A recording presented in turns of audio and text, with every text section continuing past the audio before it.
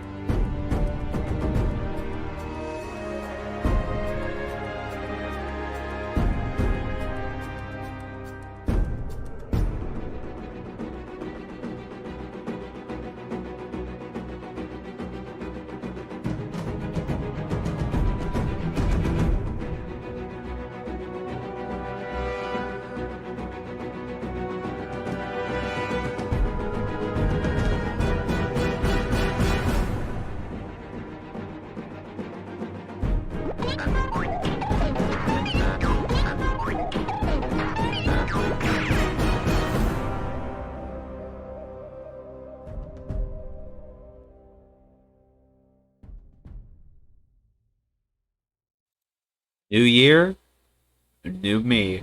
As they say, am I right? Isn't it so true? New year, we're about to begin anew.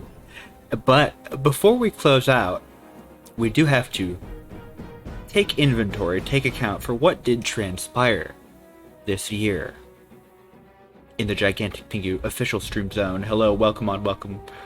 What do I usually say? Welcome on, welcome aboard, and welcome in, I don't think that's right, to the official Giganticpingu stream zone. Hello to Samyat, who I will admit was the first individual, Holy Krug, followed very closely by Global Homo, who was second. My body's ready, Sir Pingu. I'm ready, Global Homo-san.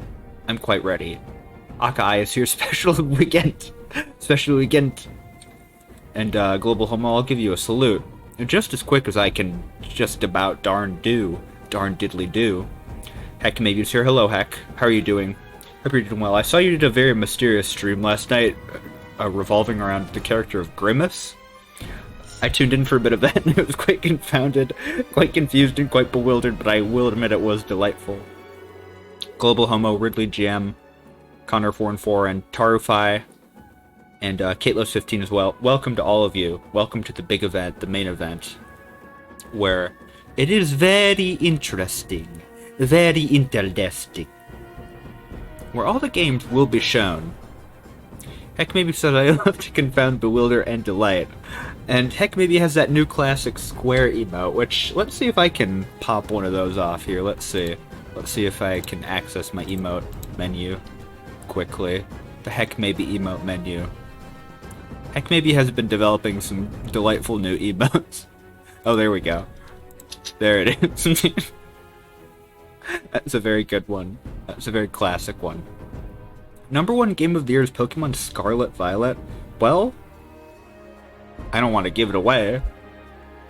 I don't want to give it away. But you're wrong. You're actually wrong. I can't wait to discuss every game that came out this year. See, that's the good thing about this, is that we won't discuss every game that came out this year. We'll only discuss the games that I liked.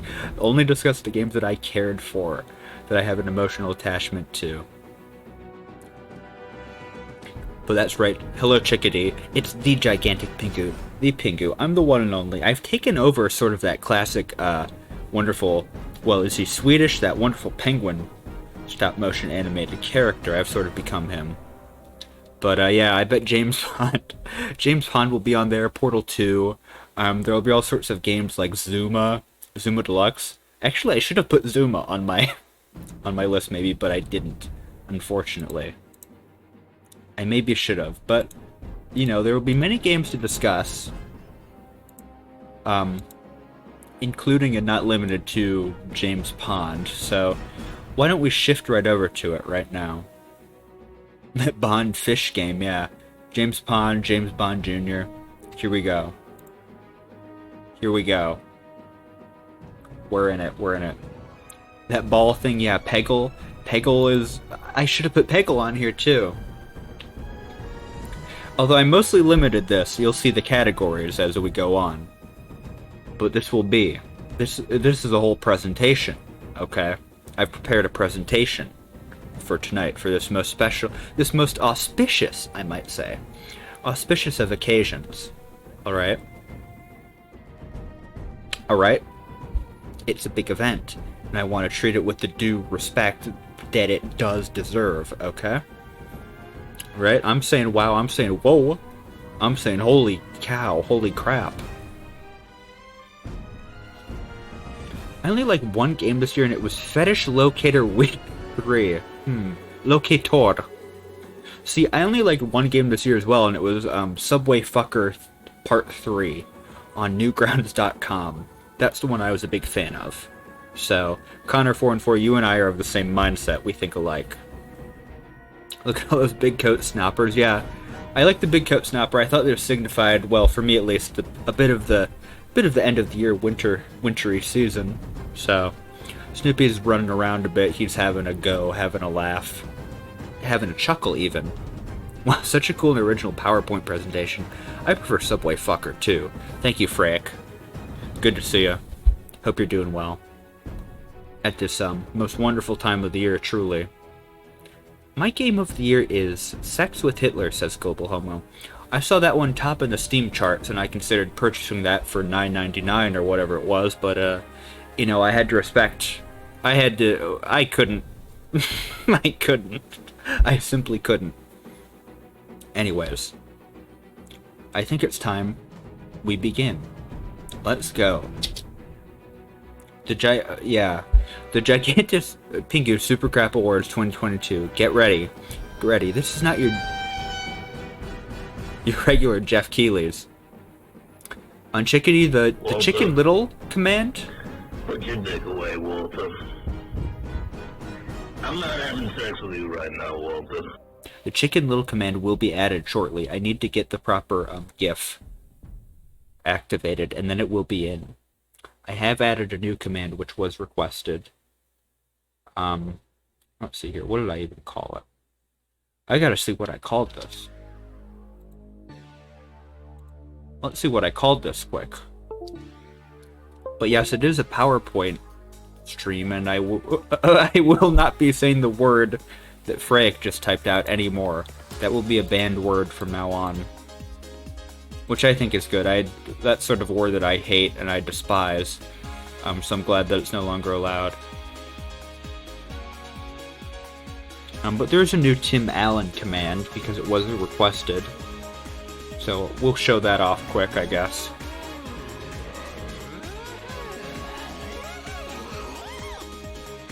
There you go. That's that. That's that. Tim Allen command. Anyways. Let's begin. Let's begin. Banned word for all time? It should be, it should be. No more of those video entertainment products. You do like how it consumes the whole screen? Yeah, it is sort of lovely, I will admit. I worked very hard on that one. Yeah, getting that just right. But anyways, I think it's time to begin. Bad Raps. Bad Raps will feature in this. Bad Raps will be probably number one. I don't want to give it away, but in terms of the Giganticpingu Super Crap Awards 2022, Bad Raps is a top contender, definitely. Hello, Lily. Is this your collage, or what is happening here? This is my my year crap. A year crap. I'm just sort of crapping out all the video entertainment materials that I consumed. Hello, Nemo. Global Homo, I don't know if I gave you a proper salute, but there you go. Bad Raps is a rancid game. Bad Raps is a wonderful game. So let's dive into this presentation. I want to start with the games from previous years, okay? These are games, basically, that came out before 2022, but I first played them this past year, this past calendar year, if that makes any sense. So, this is one of the categories. I don't break it down by, best action, best adventure, game, whatever the hell that Mr. Jeffrey Keighley does. I don't care about that. No, it's just sort of the games I enjoyed the most overall and I connected with the most. But we'll start with games from previous years, right? The first one. This is a game called Dark Void Zero. It's a very beautiful game. It was by Capcom. They basically qualified it as sort of a game that was lost to time, sort of a classic game that was lost to time, and inspired the Dark Void game that they put out, like 10 years ago, 13 years ago now maybe, which was, from my understanding, not a success. But it's, sort of a Metroidvania 2D platformer, sort of like that sort of game. But it was really enjoyable, very excellent world exploration, sort of a fun one of those games, a Metroidvania. Not exactly like it, but a little bit similar, so I enjoyed it quite a bit. So that's going on this list. Kateless15 said something quite curious. I thought games were invented in 2022. You're not quite off the mark there, Kateless. Video games were quite a new product as of 2022. They were actually invented in 2018. When the game, I don't know. I can't think of a single game that came out in 2018. God of War. When God of War 2018 came out, games were invented, right? But yeah, Global Homo, this is basically like a demake of Dark Void for PS3. It's exactly that. It's like a 2D retro version of that. But yeah, crazy how it was locked in the Capcom vault for a while. It was a hidden game, a hidden real game that they definitely didn't just make up out of nowhere. But it's a game that's beautiful. And kind of a Terraria ripoff, I would say. Terraria sort of came to this game... Excuse me. I didn't say that word. This video product, entertainment product space first. Right? They got here first. And, Dark Void Zero, they ripped off Terraria in a major way. So I'm sorry that they did that, but... Games can never be beautiful, they are rancid things and works of the devil. I've been saying this for quite a long time, that we should reform like a sort of a parents' advisory council that are concerned about games that the youth are playing. I think if the youth, members of the youth of the current day are playing Dark Void Zero, they're in for a world of hurt and trouble. They're going to be beat up probably, and, you know, it'll lead to a life of crime. So I think we definitely need, like, Tipper Gore to get on the case, and all those old classics from the 90s. We need to have a new... we have to have it litigated in court and Congress and things like that to really set the record straight, I'll say that much. Those robots look like the robots from FLCL. Oh man. Oh man. Soraya. Tarufai. Robots. You're right. You're exactly right. They're quite similar. I wonder if there wasn't some inspiration there. We'll probably never know, because I bet this game will never be mentioned ever again. But, you know, that's how it goes. Pingu, I'm sorry, I have to go get groceries. How long will you be doing this? I'll be doing this for 29 hours, probably, Lily. So, yeah, till the end of time, so don't worry. What are your thoughts and feelings of this Dark Void Zero digital video entertainment product by Capcom? I enjoyed it. And I also enjoyed Kero Blaster. Thank you, Chickadee, for the 1 bit. I appreciate that. Kero Blaster was a game much like Dark Void Zero, actually. Yeah, heck, maybe this is a very heck maybe game. There are a couple other games on here that I think you might also enjoy. They're very heck maybe core, I might say.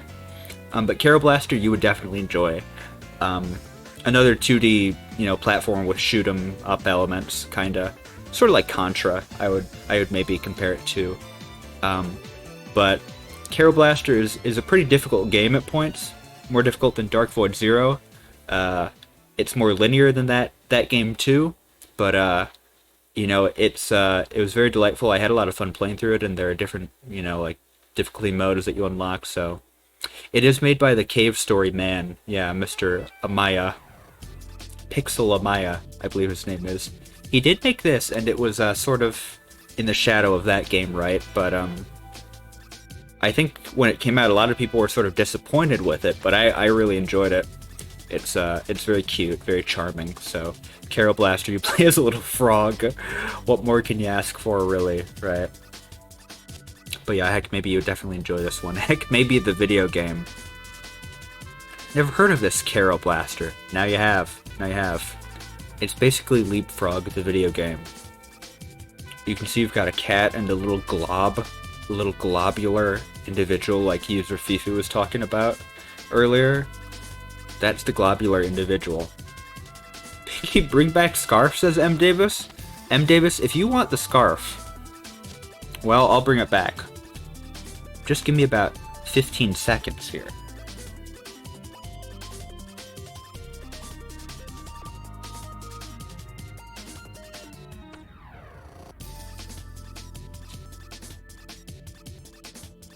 Alright. What Ogar, the video game. Is this the frog from that one arcade game banned in chat? I wish it was.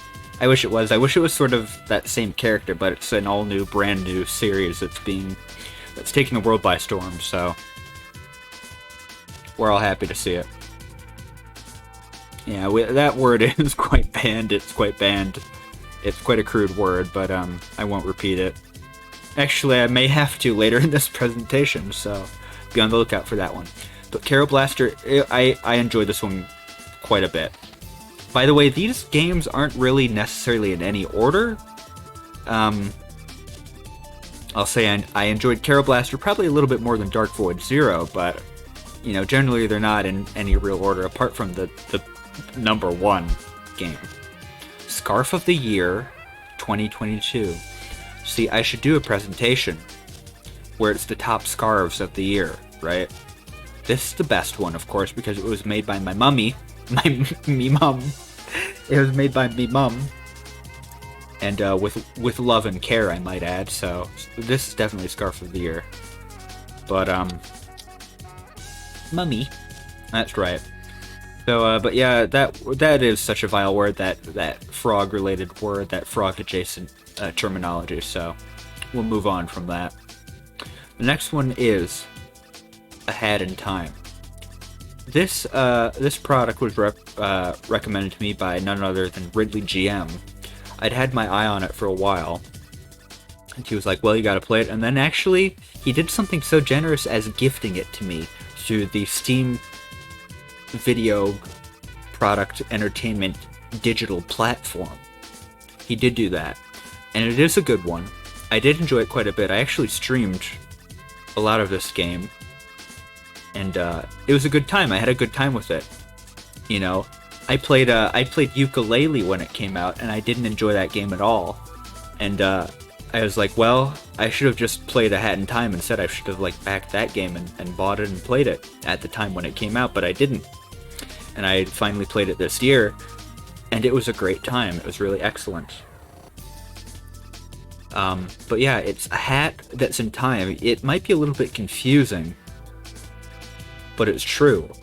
There's a hat, and you sort of go through, well, there's not really that much. There's no time travel at all. I do wonder why it's called that. It's probably just because you collect hourglasses, right? Those are like your shine sprites or stars that you collect, so that's that. Global Homo, you've heard of this game? This is a good one. This is a good one. You'd probably like this one. But yeah, big shoutouts and big props to Ridley GM, also known as Grim Ghoulie, for the recommendation for A Hat in Time. I enjoyed it quite a bit. You know, it's basically a 3D collectathon platformer. You all know the genre. In the vein of Mario 64, Banjo-Kazooie, more Banjo-Kazooie. But and it did it well. It did it well. It was very charming. It had a lot of delightful characters and worlds to romp through. I haven't played. Well, I played the. It was called the Nyakuza DLC. I played that, and that was pretty good too. Right? It's all just really good, really charming, really well executed. Maybe the worlds can be a little bit sprawling at some points, but otherwise, you know, it's a great one. It's a great one. But yeah, gigantic shout out to Grim Googly Moogly, who is the Ghoul of the Year, apparently. You know, I always knew it. I always knew it. Why a hat and not a shoe? I would say because, yeah, hats, they go on your head and shoes go on your feet, right? I would say that's the main reason. I don't want to assume, but I guess that's why. It's because hats are on your head. And they're bigger, too. They're bigger objects. You get a couple hats and you know, shift your power-ups and things like that, so. That's how that goes. Kind of like Castlevania, yeah. You should have 100% this game with the Nightmare Challenge things. See, I didn't want to do that. I didn't want to do that. I heard such, you know, I heard of your trials and tribulations, Ridley GM. I was like, well, I'm never doing that. I did a couple of the harder, you know, achievements and all that, but I stopped. I stopped short of that because I was like, no thanks. But yeah, Soraya, this is a Nintendog song right now. It's a classic Nintendog song. The Nintendogs games, pretty good soundtracks, I will admit. Maybe they should have been on this list too. Okay, next game is Half Minute Hero. The version I played is called like Half Minute Hero Super Mega Ultra Boy Super Deluxe Climax Mix. Let me get the full title. Half Minute Hero. Super... The version I played was Half Minute Hero Super Mega Neo Climax Ultimate Boy. I played that one. Climax Mix, indeed. They did do this. It's hard to believe, but they did do it, right? And they made... That's the thing that you gotta wonder about. They made 30 of the Half Minute Heroes. They made 30 of these little guys, right? Maybe even more. Oh, Global Homo, you've played this game? Yeah, this is a good one. It's a really good one. It's sort of like, it's very hard to describe game, right? It's basically, you're dropped into a little world, 2D world, overhead view. And it's like a miniature RPG, JRPG, sort of like Dragon Quest maybe. But it's very short. It's supposed to be 30 seconds, right? Half a minute. And you can extend the time that you need to complete your goal by visiting a statue and all that, but it's like there are a bunch of these little RPG levels that basically become puzzles. And I really enjoyed it. I really got into it. A couple different modes that become like sort of tower defense games. One of them was sort of like that Vampire Survivors game I found. But yeah, there's sort of like, I don't know, there's one mode that's almost like an idle game. But I think this was sort of a precursor to the idle games that are really prevalent now. So it was a really good one. I enjoyed it quite a bit. And I was surprised I enjoyed it because this was a PSP classic and I never got into it in the day. But glad I did now. Chickadee is also a half-man hero. Oh, don't sell yourself short, Chickadee. I know you can perhaps, I don't know. I will not continue with that train of thought. But Hyperactive BS, thank you for the alien dance. Next game on this list. This is going slow, I tell ya. I've got so many slides. Oops. So many slides and so many bits and bobs to go through here. But Harmful Park, that's right. Harmful Park is on the list. Harmful Park was a certified classic. I'll say this right now. It was great. I enjoyed it so much. Right? It's what do you call it? A cute 'em up? Basically a shoot 'em up that's pretty cute and adorable. But this game, it was so good. You can just tell by the pixel art that there was so much love and care put into it, right? Your basic shoot 'em up, but made cute. It was so good. I went through it. I was like, okay, I'm fighting a big woman now, and then she becomes just a monster, and it's like, oh, this is delightful. What is this weeb shit? This is a good one. This is a good game, somewhat. This is a great game. It's full of highbrow gags and pure shooting in Harmful Park. Heckmeter says, I like this one. This would be one of my go-tos if you made a list this year. Yeah. I remember, yeah, you played this one too, Heck, maybe, so yeah, I'm glad you liked it. What was the cutest part of this game? I would say the cutest part was all the carnival stuff. It was basically, the game is basically set at a like a theme park, right? That's taken over by an evil individual man. And so there's a lot of cute stuff like, little clowns and things like that. You can see a big beautiful woman there who's kind of cute. So they do stuff like that. A lot of cute stuff, a lot of cute little characters. I like how that level in the bottom right is at like a drive-in theater also, which is sort of inexplicable, but that's very cool too.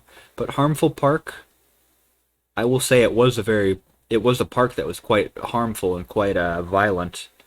I won't deny that. Yeah, definitely. But if you're looking for a good shoot 'em up, classic shoot 'em up, this is the way to go. PlayStation Classic. I don't think it ever left Japan, right? I think this was a Japan exclusive pretty much. And it might have been fan translated or fan localized in some way, I don't know, the version I played. But very good, very excellent, very great. Any game is good where you can kill? Chickadee, what the hell? Quite strange of you to say, but it's true. I will agree. Okay, yeah, it did never leave Japan, and yeah, that translation just came out this year apparently. So yeah, pretty newly accessible product experience for all of you to enjoy, and I hopped on that and I really enjoyed it. So if you're looking for that sort of classic shoot 'em up action, definitely go to that Harmful Park. Next is Bloodborne. Quite a tonal shift. Quite a little tonal shift. This one, Condor 4 also came from Japan, and which I believe is on the left coast, right? On the left coast of the United States, I think. But Bloodborne, I have never really been a FromSoft guy. I've always admired their games from afar, but I've never really gotten into them. And this year I was like, okay, let me get into Bloodborne. I had tried it, a couple of years back when I got it as like a free game on PlayStation, whatever it was. They were giving away for free Bloodborne the entire game. So I picked that up. And I tried it and I was like, okay, this is cool, but then I sort of fell off it.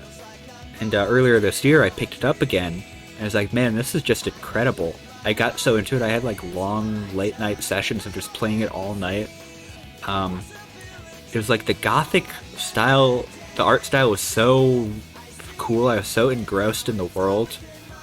I think it should be ported to modern consoles or PC, definitely. Because the PS4 version definitely has its, tears and limits that are very, very obvious. There are a lot of like frame drops and just like gun-cheat moments where the game just became sort of incomprehensible because there's so much going on in the world. But Bloodborne, a really good Souls-like. We'll get to another FromSoft, well, a couple more FromSoft games later in the list, but Bloodborne I really did enjoy. I was expecting there to be more weapon variety, I guess, and more variety in terms of your build, but only a handful of weapons, really, right? Especially that you start out with. So that was kind of interesting. I chose the cleaver weapon, and I had success with that, I found. But that's sort of the good thing about FromSoft games, is that they allow for a great amount of player variety in terms of your build. Bloodborne is top 3 Soulsborne for sure. Yeah, that's good to know. I think, I really loved it. I think even if I played more, this would probably still remain at the top, right? I really liked it. I really did like it. It's like all of the world design is so intricate and so, so detailed, and all of the bosses are just like, wow, this is like just a spectacle to play through and look at and get my ass handed to me. I had a lot of trouble with it, I'll admit that. It wasn't a walk through the park, but I bashed my head against the wall a lot. Especially as a first, foray into the FromSoft games, it was like, okay, this is maybe a little bit out of my league, but it was still like, it was just still fun. It was still pure fun. It was a true video game, I would say, right? Ekmaybe says, I got similarly sucked by Dark Souls 1 this year. Love you a Souls-like. Yeah. I kind of want to go back and play some other ones now. I'm very interested. And like I said, we'll talk about a couple more, but Dark Souls 1 definitely, maybe maybe I'll get the Dark Souls trilogy at some point, I don't know. Vidi? Hello. How are you doing? A happy end of year to you. Hope you're doing well on this New Year's occasion. You meant to complete more Soulsborne games this year regarding the showcase? Yeah. It's like, I kind of want to go back and play more of these too. Right? I enjoyed Bloodborne so much that it just sort of sucked me in and sucked me around and sucked me off. Somebody says, I enjoyed Bloodborne, Dark Souls 1, or Elden Ring. Oh, you think Bloodborne, Dark Souls 1, or Elden Ring are the top 3, and whichever one people place as number 1 is usually the one they played first. Yeah, that's probably true, right? Sucked me dry. And Sekiro, seems very different. Sort of its own thing, right? Like 2 soap bubbles. But it was hard, it was very hard. It was quite a hard game. Very difficult. There's a boss you find, it's sort of an optional boss. It's the first one you can encounter in Bloodborne. I don't remember what it's called. It's the Bloodstarved Beast, I think. The first one you encounter, I was like, what the hell is this? This is so impossible. I'm not making any dent to the boss's HP. And there is a bit of grinding you have to do with these games, right? Sometimes. That's just how it is. But, it was such like a triumph when I defeated that very first optional boss with all the, on that big bridge with all the werewolves running around or whatever they are. So very cool game, I will admit. Thank you for the 2 bits, Ridley Jim. The two bits. Actually, Soraya, I will have a little sip of Sody Pop.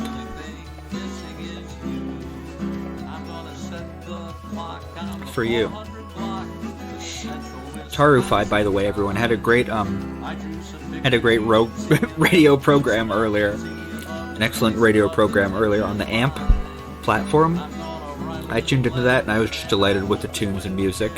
And I was very, very awestruck and dumbstruck and just so much love in my heart for that program, the Broader Horizons program by Tarufai. So talented. So that's right, the werewolf guy in Bloodborne. Arctic 1714 says, "Oh, I forgot to listen. I am so sad." Well, that's something you would do, Arctic. You're quite the forgetful fucker. Sorry, I don't mean that. I don't mean that at all. Chickadee, you have played 0 of these so far. That's okay. I mean, I played 0 of them until this year, right? So it's just like going through the backlog forever and ever until you catch up with those games you want to play. Yeah, Arctic, I missed the past 2 Tarufai official radio programs, and I was very sad, because for one of them I was just sound asleep, and then the second one I was on an airplane, so I was kind of sad about that. But the next game is, I haven't mentioned it, but we've been looking at it, Metal Gear Rising: Revengeance. I'm similarly a fan of the Metal Gear games from afar. I've played a couple. Barbara Walter died? No. Kate Louse. Barbara Walters died. Barbara Walters. Guys, breaking news. Barbara Walters dead at age 259. Barbara Walters dead. When will there be a Barbara Walters video entertainment product? She didn't get to interview me. She didn't get to interview me. Oh, Kate Louse, thank you for breaking that news. That's tragic. That is very tragic. She was watching the stream and just sort of keeled over. She was like, okay, Metal Gear Rising: Revengeance starring Raiden? Raiden? The character Raiden? I don't think so. I'm dead. I'm dead now. This is how I found out. This reminds me of when Joan Rivers died for some reason. When Joan Rivers died, I was in high school. And I was in study hall. And she died. She passed away. I found out I was on the pewter. I was just like, oh, she's dead. She's dead now. Man, Joe Raiden? Yeah. I feel like this is maybe the 5th or so celebrity death I've learned about while watching the stream. I mean, I sort of draw that news to me, right? I don't mean to, but celebrity deaths I'm sort of a connoisseur of. I'm a bit of a connoisseur of those celebrity tragedies. I don't mean to cause them, I don't mean to sort of bring them into existence, but I do appreciate the news of them, and I do respect the passing of those individuals. I'll never forget when our dear Paul Walker died. I had never heard of him, but he did die, and it was one of the saddest days for every girl in high school at that time, because it truly was a long day without him, my friend. And I did tell them all about it when I saw him again, so, you know, it was really sad. It was really sad that day. But Barbara Walters, what can you say? A beautiful woman, a spectacular woman. This is the first I'm hearing about it. I'll be honest. A big salute to her. R.I.P. and God bless, and I hope she makes peace with all her crimes with...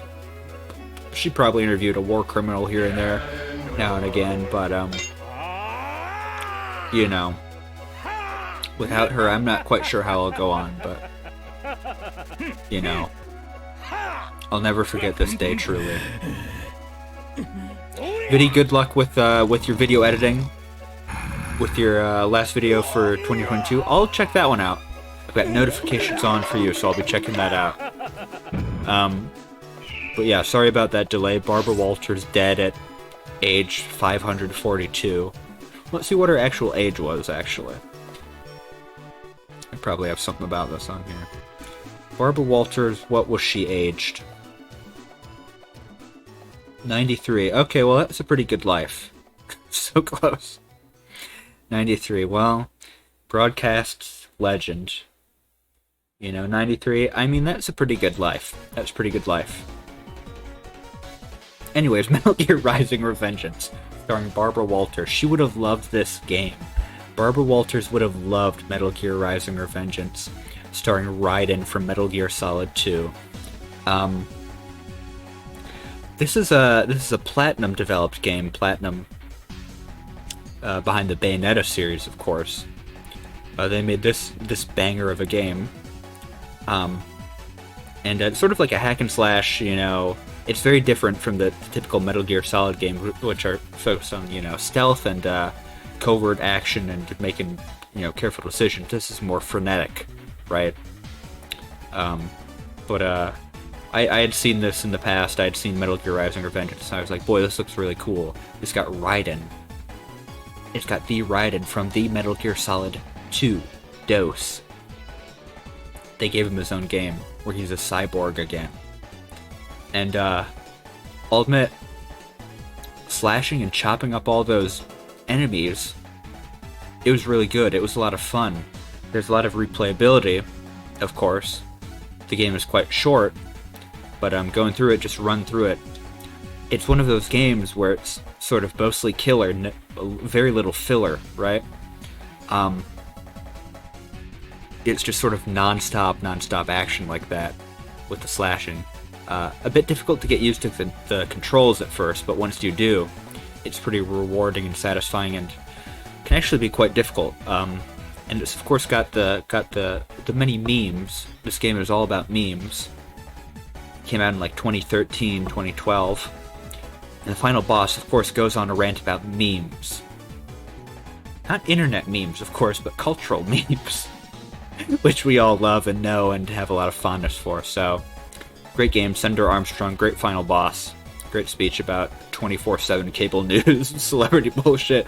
He goes off about that. It's a crazy game in terms of the plot and narrative, but the gameplay, you know, stands up to that. So whichever side you're sort of looking for, you'll be able to be carried through on either of those. So. Think we'll ever actually finish Metal Gear Falling, or is that just a tall tale? I think that's just a myth. It's got to be a myth at this point. Let's see what the progress is. Metal Gear Falling. Yeah.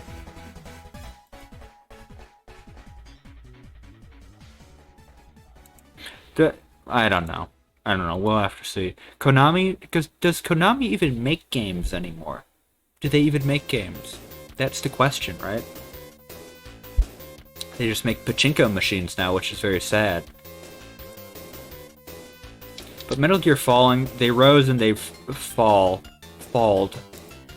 There's nothing about any sort of falling. So I don't think I don't think Konami will come back to this property, but I wish they would make a Metal Gear Rising 2, right? And they could name it Metal Gear Falling, who knows? Game was too difficult for you, so you couldn't complete it. I understand that, Global Homo. I understand that. I had a lot of difficulty when I first started it. And like I said, it does take a bit to get into the controls, but once you do, very rewarding, so. Next game. Luminous Remastered. This was my favorite puzzle game of the year. I got so into this, I would recommend this to anyone. I'd recommend it to anyone. Luminous. Basically one of those... Well, it's a match 4 type game, match 3, match 4 type game.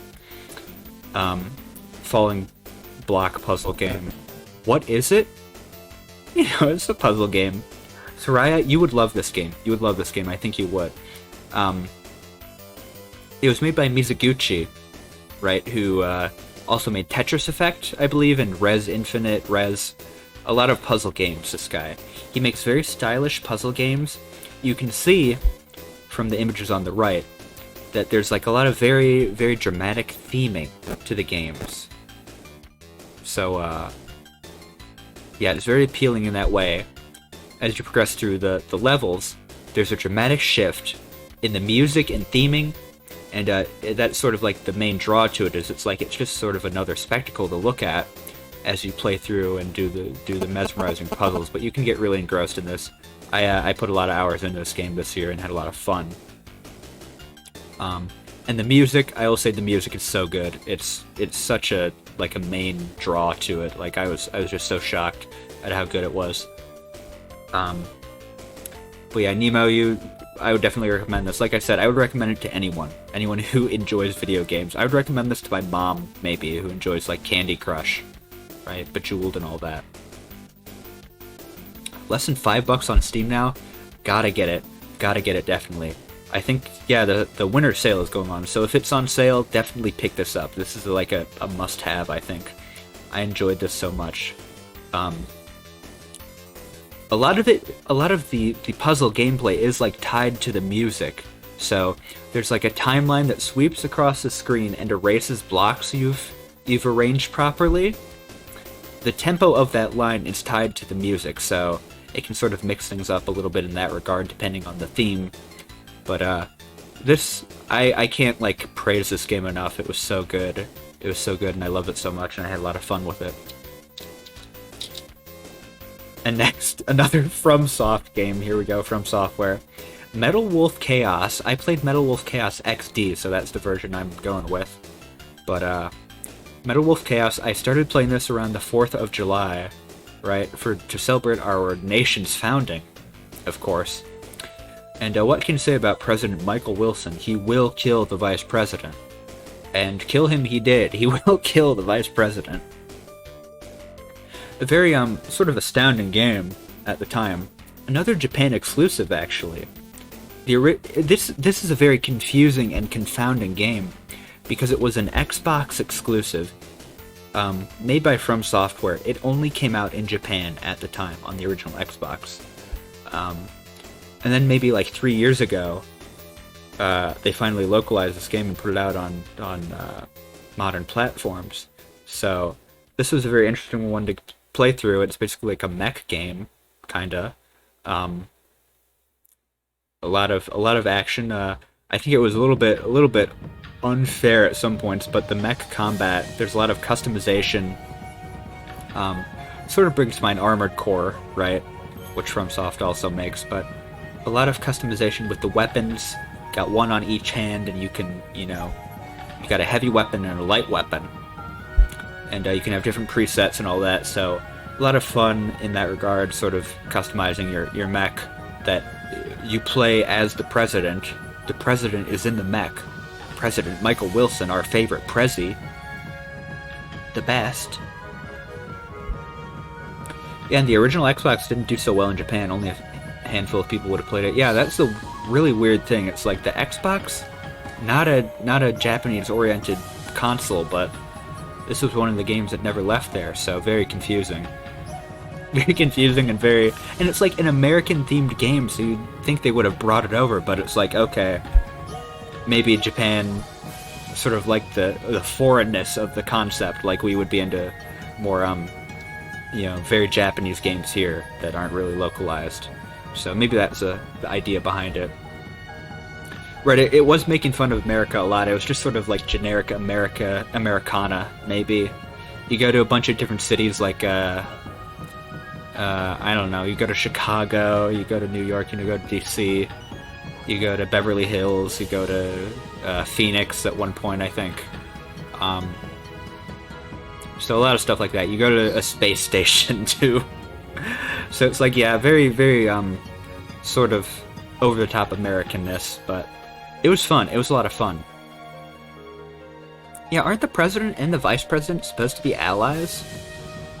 I thought so, but there was a bit of a rift here. A bit of a rift that's not really explained. They sort of went against each other, and they fought to the death. Very sad game. But yeah, maybe perhaps coming out right after 9/11, that may be a reason that this game did not release in America at the time, is 9/11. It was so goofy, so like, it was such a parody of American culture that it's like, well, okay, this would maybe be offensive to some, but it's, now, it's really good. It's really good. It's very prescient, I guess. Next game, Ace Combat 7 Skies Unknown. I played 2 Ace Combat games this year. I played Ace Combat 7 and I played Ace Combat Assault Horizon, which is a very negatively viewed game, but I enjoyed both of them. Ace Combat, it's a wacky game series. the lore in the world is so far-fetched and just so bizarre that it's like, this is ridiculous. I gotta get into this for the world and plot alone.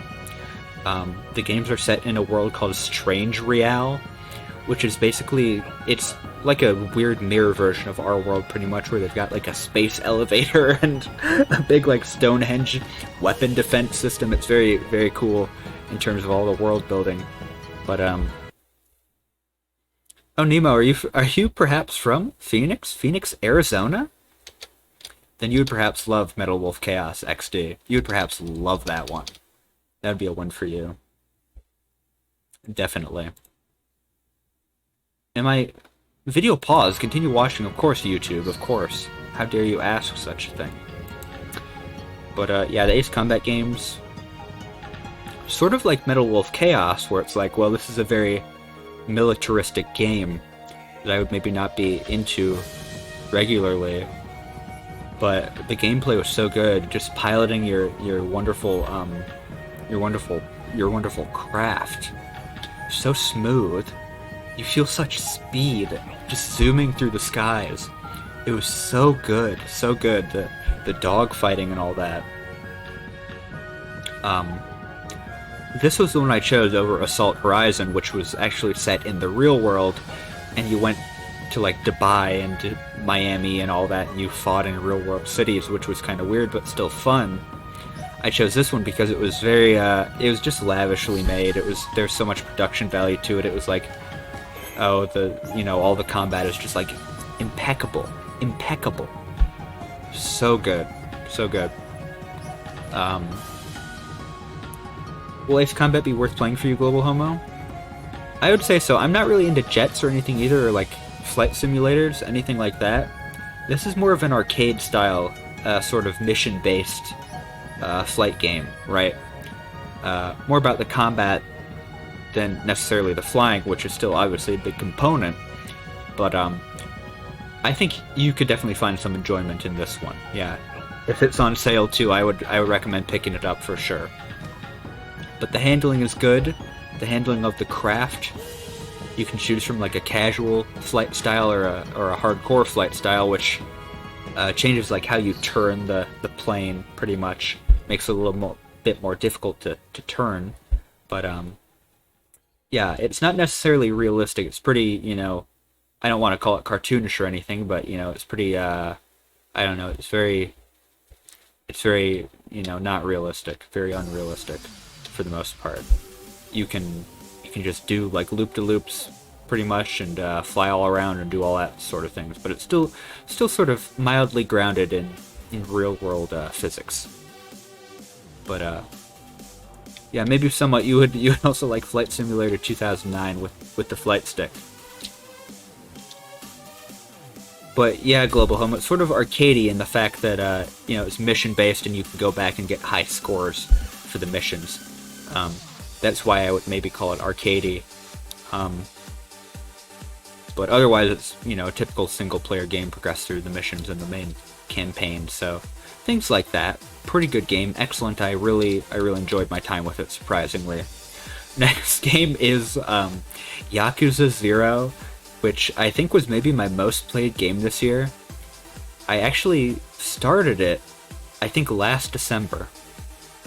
I started it last December, I believe, and then I took a little break from it, and I came back to it later this year and played the majority of it this year.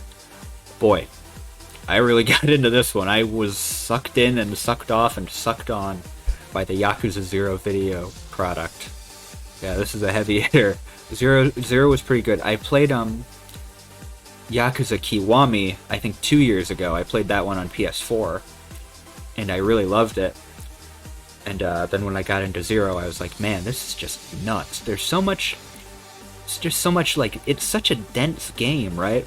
The map is it's really very small, very compact, and pretty much the same map for every game, but they change things up with the businesses that you can go to and the side quests and minigames and all that.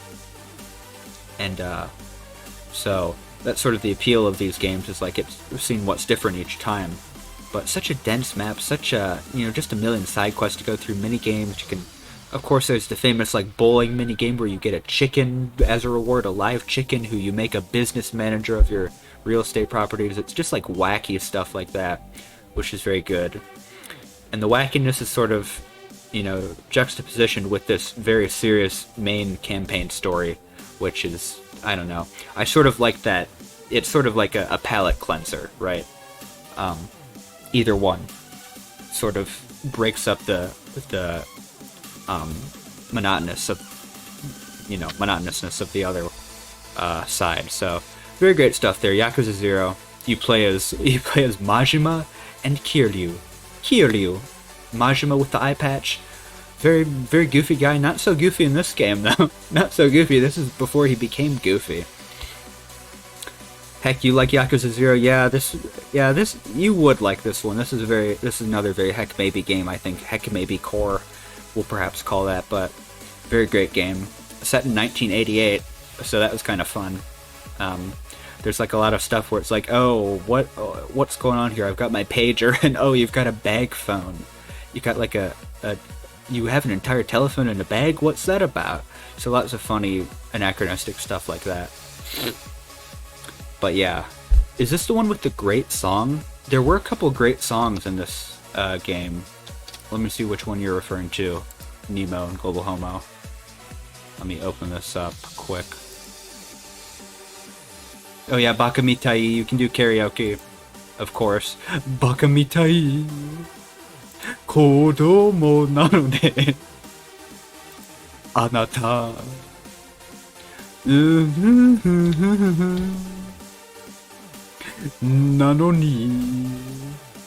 Nanoni doshite sayonara wa.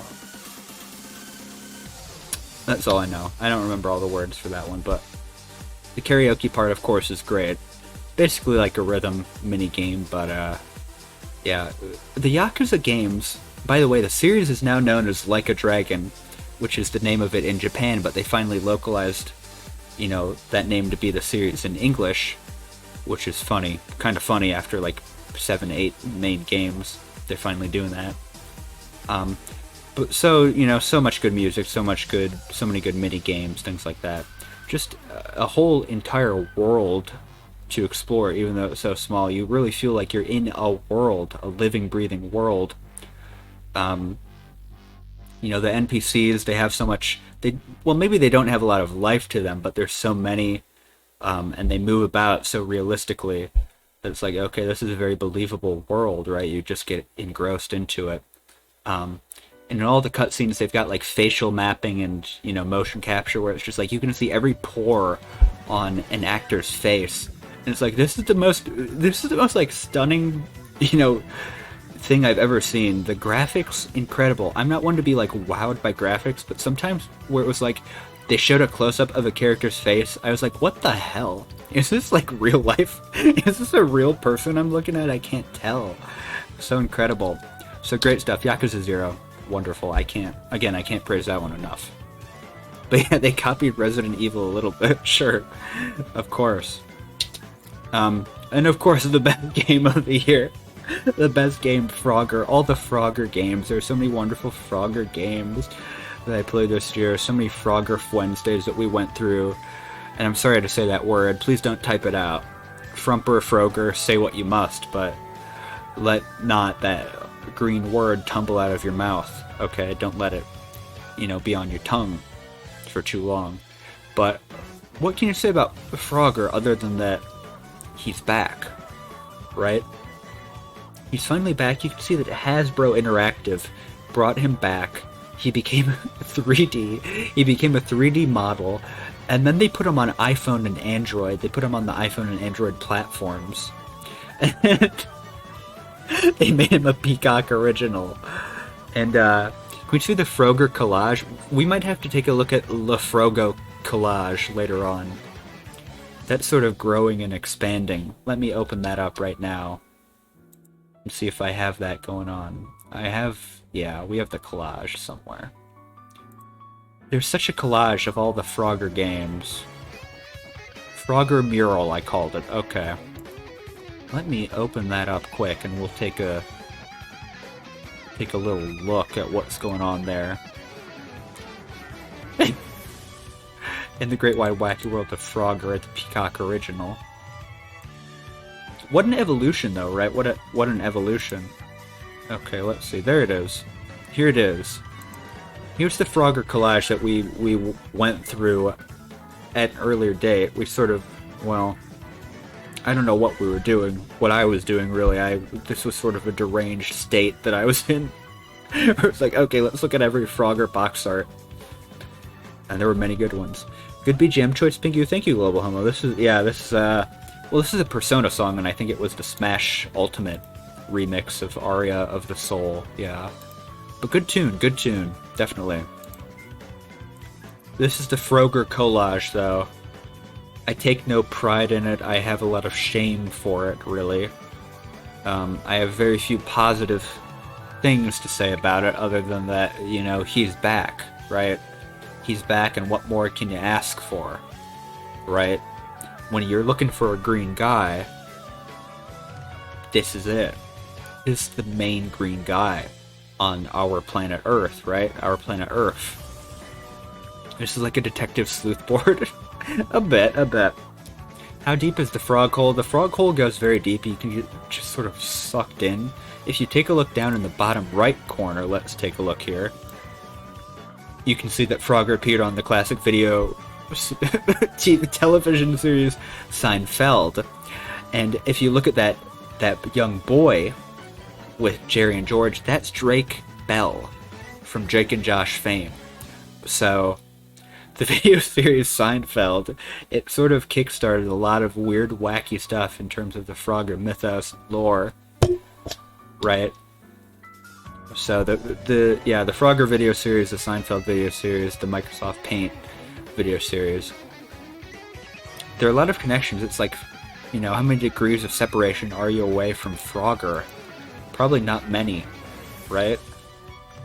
I don't know, you look at this and it's like, there's just so much Frogger in this world of ours that you gotta be related or connected to that green nasty creature somehow, right?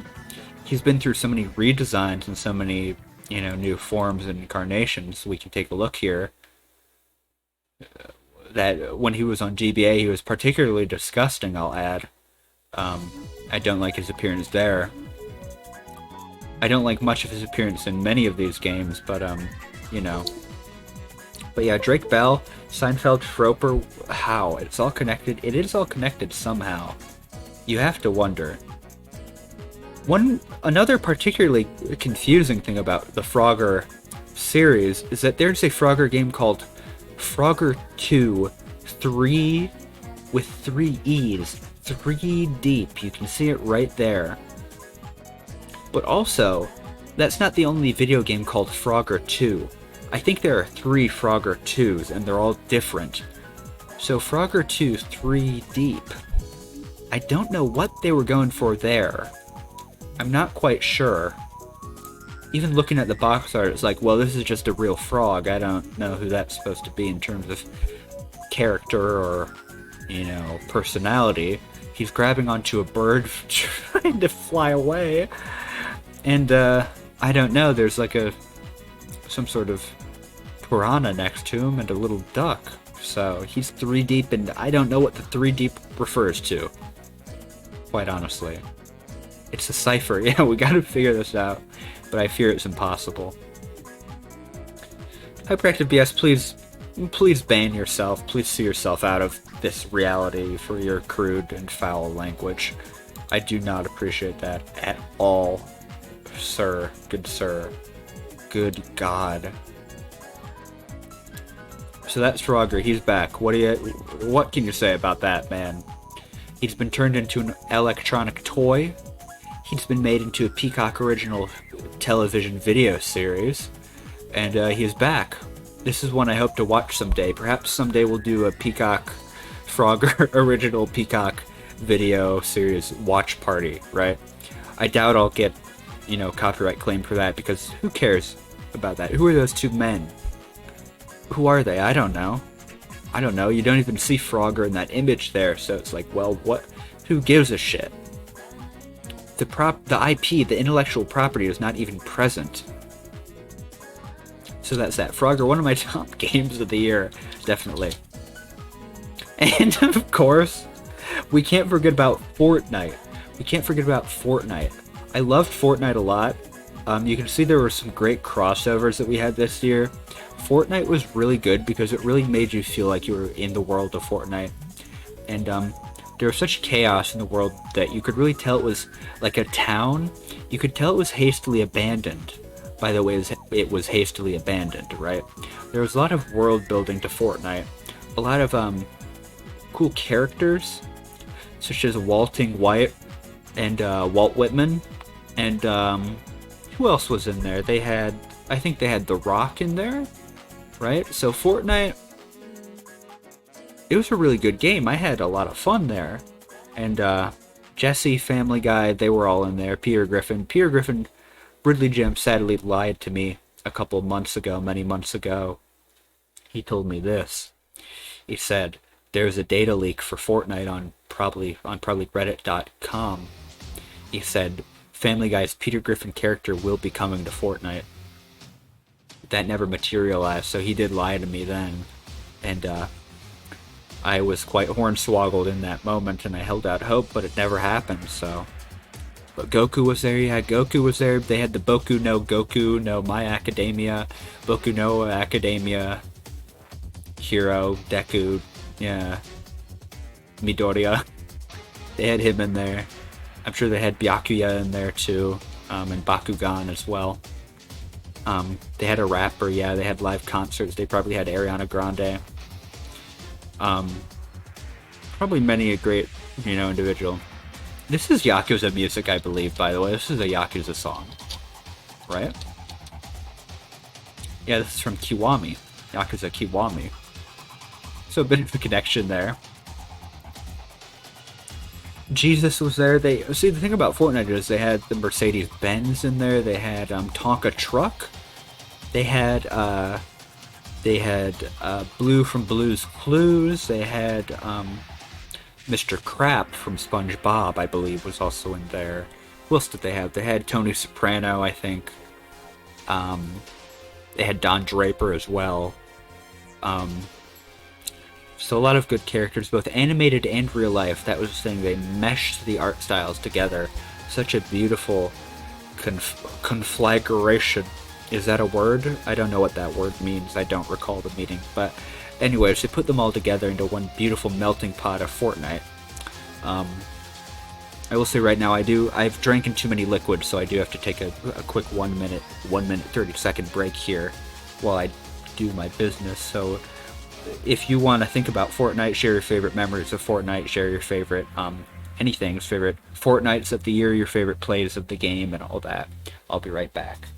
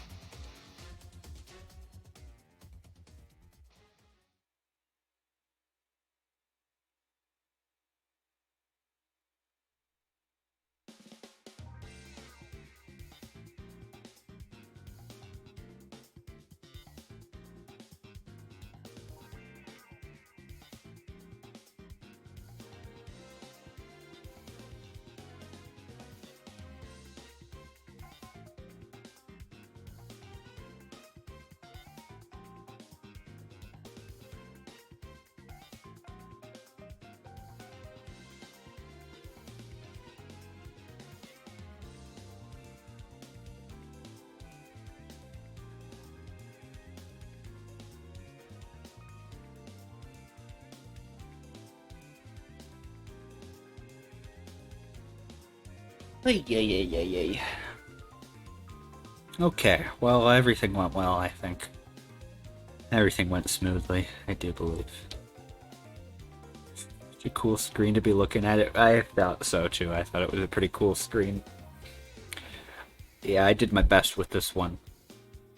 Conflagration, an extensive fire which destroys a great deal of land or property. I would use that word to describe Fortnite. I would definitely use that. Yeah, Fortnite sort of destroys everything, every property. I think it's funny how like they put Dune in Fortnite, right? They put all these big properties in Fortnite.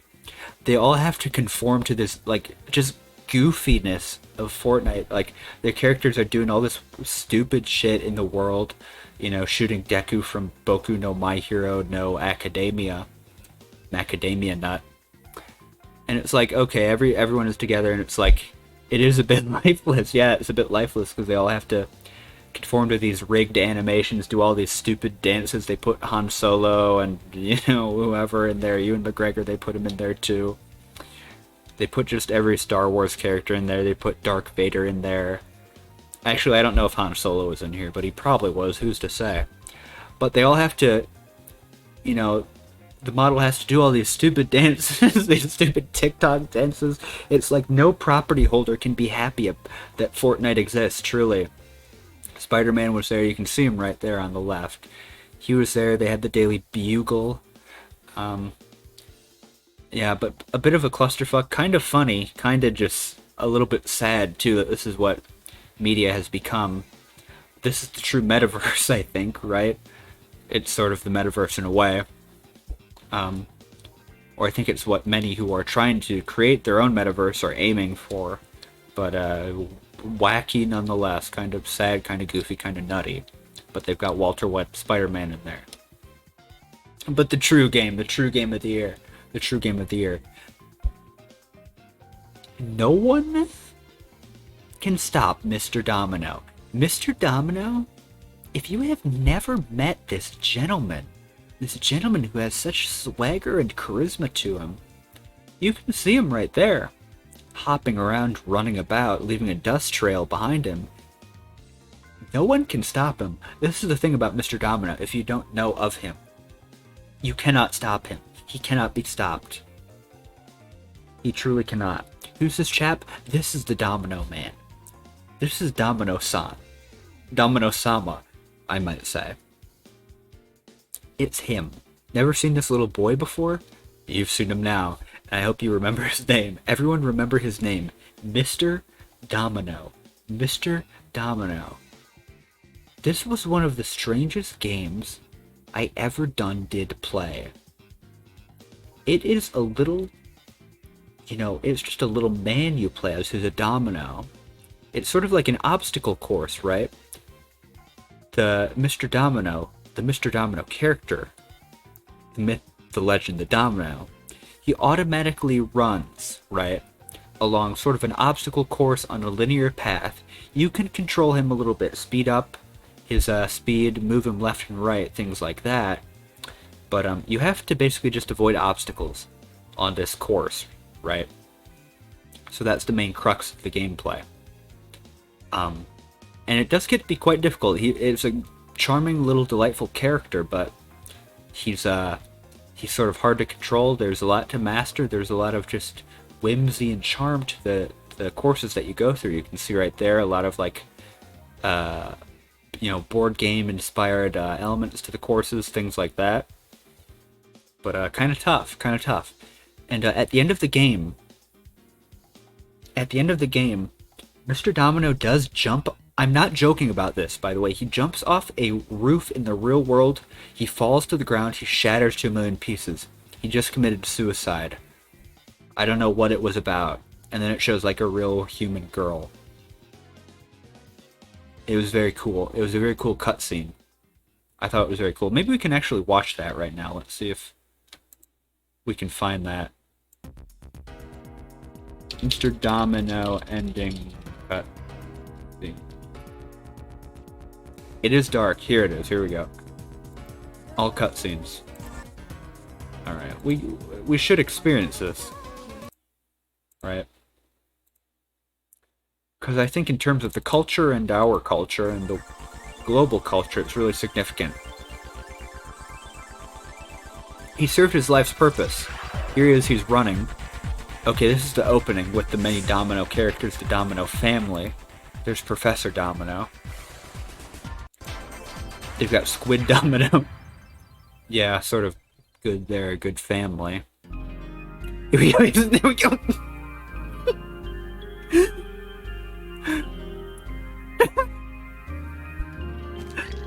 Oh my god.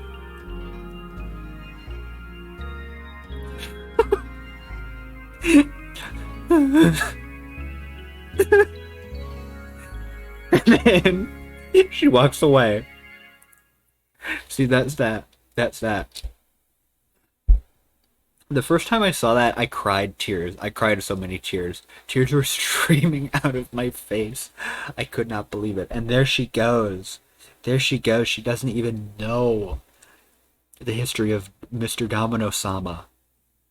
He gave his life for the quest, right? And she just picks him up like he's a regular domino and goes about her day. He served his life's purpose, and thus he becomes no more. What can you say to that? My god, Mr. Domino. I don't know. Anyways, Mr. Domino, no one... Domino-san, no one can stop you. This is a little congratulations letter to Domino-sama for him. I hope he appreciates, all the success he's got over the years. I really appreciated him. I decided to draw a little image of him because I really loved his gameplay. How do you play this one? I played this one via emulator. Don't tell the government though. But it's a PlayStation game.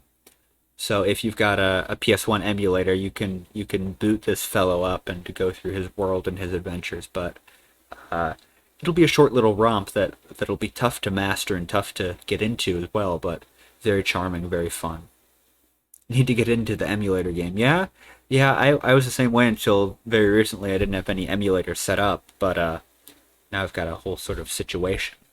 It really opened up my world a bit. I discovered, Mr. Domino and the Frogger universe. So it definitely provided a lot of opportunities for older games to be experienced that you never got into.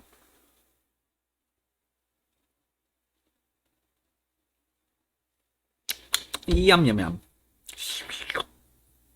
So Mr. Domino, I think his character design is sort of cute too. He's sort of a cute little bewitching fellow. I like his 5 dots. Got the classic 5 on his bottom half. It's got a tongue sticking out. I don't think that's part of the character design, but I added that. A bit of artistic interpretation there. So, Mr. Domino, what more can you say about him? A classic video game icon. I think we're done with the word ban, by the way. By now, I'm going to begin saying that word again. I'm going to be slipping it into my phrases and whatnot, but may he reign for 1,000 years, and may he rule for 1,000 years, and have 1,000 wives, and Valhalla, and all that, so... yours truly with extreme love, Giant Domino Bastard 722. Yours truly. The Juckport, and I hope he may Mr. Domino hit the Juckport someday, truly. May he hit the Juckport of $1 trillion. Domino-kun. So thanks to ArtDink for that game. Oh. Well, that's that. Next is another category known as 2022 games of this wonderful year. I'm crying. I'm basically crying like a little baby right now. Let me have a little sip. Let's look at this again. Let's look at this image actually. How did that get in here?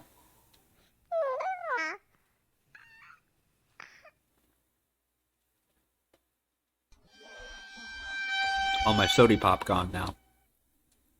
Full of soup and quite a friend. It makes the baby sound, basically. It basically makes the baby crying sound, definitely. Fuck shit piss cunt ass bitch dick fuck. Well, Hyperactive BS, for 5 bits, you can say whatever you damn well please. I'll say that right now. If you give me 5 cents real world money, if you give me a nickel, I'll let you say any word. For the most part. Your COVID test was negative, by the way. Oh, Arctic, I'm so glad. I would have been so sad if you also became ill again with the novel coronavirus right after I had it, and right after, well, Gamey Katie also had it, I believe, so quite sad, but very positive news. Next category. I'm sorry I'm being so incredibly slow with this. I'm trying, I'm just rambling, I'm going, I'm doing, I'm shitting, I'm crapping, I'm snarfing, but that's how it is. Hello, Lestrade, how are you doing? If you gave me a nickel IRL, I would let you say fuck to me. See, I would be the same way. If I were given a nickel or perhaps a dime, yeah, you could say fuck or shit or ass to me. But these are games that came out this year. Go at my own pace. Thank you, Global Homo. Quite entertaining. Thank you very much. Yeah, well, we're going a little leisurely here. Quite a leisurely pace. This game, I would maybe say it's an honorable mention, right? It came out this year. Stranger of Paradise, Final Fantasy Origin. This was one of the strangest games I've ever played. Very bizarre. Where indeed, you must kill chaos. You have to kill chaos. That's the entire thing. The entire deal. You're a normal guy named Jack. And basically a remake or a prequel to the first Final Fantasy. And you're playing as a normal guy who listens to Frank Sinatra on like his MP3 player. I'm not joking. There's like a scene where he's in a field, a wide open field, and he just like is listening to My Way. There's a scene where he's in like a boss battle and he ends it by saying whatever and then clicking on his MP3 player and walking away listening to heavy metal music. It's like, this is such a bizarre game tonally, but it's sort of like Neo. Neo, if you've ever played those, Nioh. Like a Team Ninja game pretty much. I was not familiar with these experiences before. But actually, I got this Steelbook Special Edition, which I can show off if I can find it. Just a second here.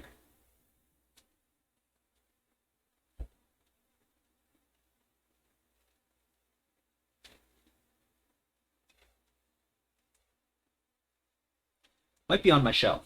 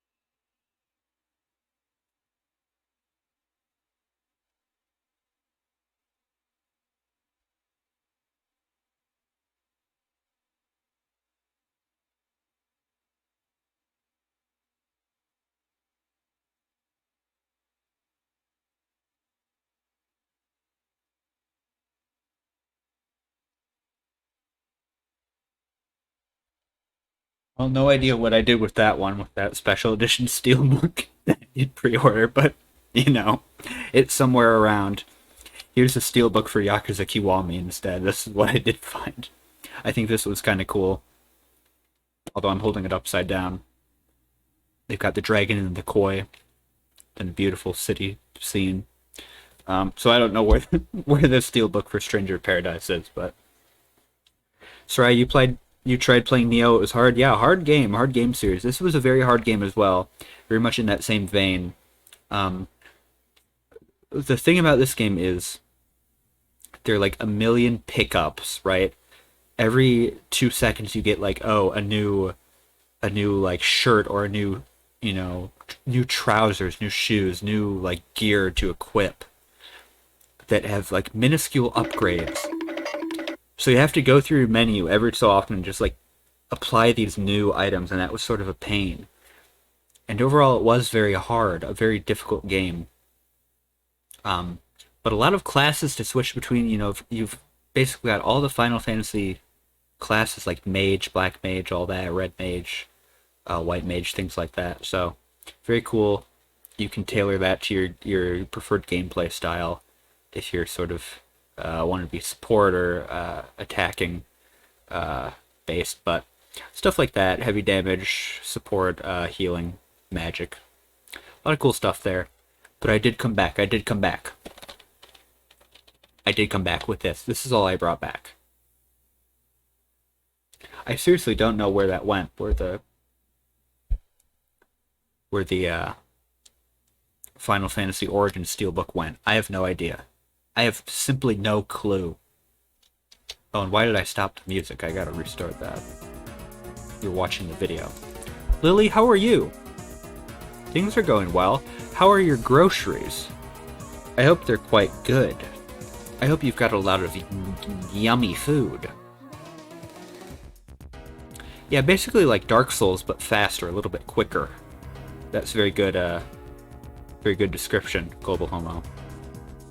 You're eating ording and oatmeal cookie? Oatmeal cookie? Oh, how wonderful. So Stranger Paradise Final Fantasy Origin, a very cool game, very interesting, very intriguing. I don't know if it's good. This is the thing, I don't know if it's a good game, but I was surely intrigued by it. I'll say that right now. I was intrigued. My sensors were intrigued by this game an incredible amount. I'll say that. Chaos was there. Masuo Groceries of the Year 2022. Yeah, Lily, give us your grocery 2022 list. But at the end of the day, we did kill Chaos. This one is maybe more, also sort of more of an honorable mention. It's barely a game at all. It's very short. It's probably like 5 minutes long, honestly. But I played it on itch. itch.io. And I was so captivated by the sort of vibe they were going for, that I was like, well, if there were more of this someday, I would support it wholeheartedly.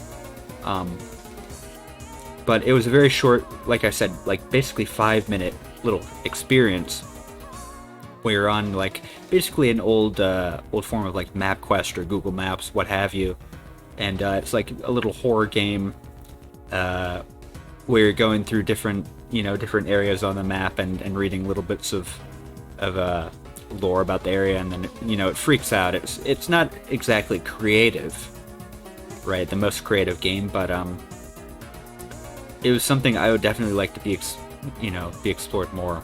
I'd love to see that. The sort of MapQuest, Google Maps type genre, where you explore, real world locations and just see freaky stuff happen. I thought it was cool. I thought it was a very cool thing, Map Friend. Not much to it in the end, but again, I appreciated what it was going for, so. Geography, count me in. Geography, I'm all about geography. For sure. Okay, Lily's top groceries of the year are tamales, cookies, ording, peppermint schnapps, bread. These are the foods of the year. Oh, wow. Bread, bread is a great choice. Bread's very good. I actually just bought a discounted French baguette from the store, and I gobbled that down in basically one evening, last night. And, that shit just went right down my gullet. I love bread. I felt like a true Parisian. I tweeted this out. I felt like one of the Parisians that Marco Polo described to Kubla Khan. Am I right? Am I right, folks? I felt like that. A classic Paris resident. I would like peppermint schnapps, hot chocolate next time you come over. Yeah, Sarai, you gotta have some peppermint schnapps right now. Right now.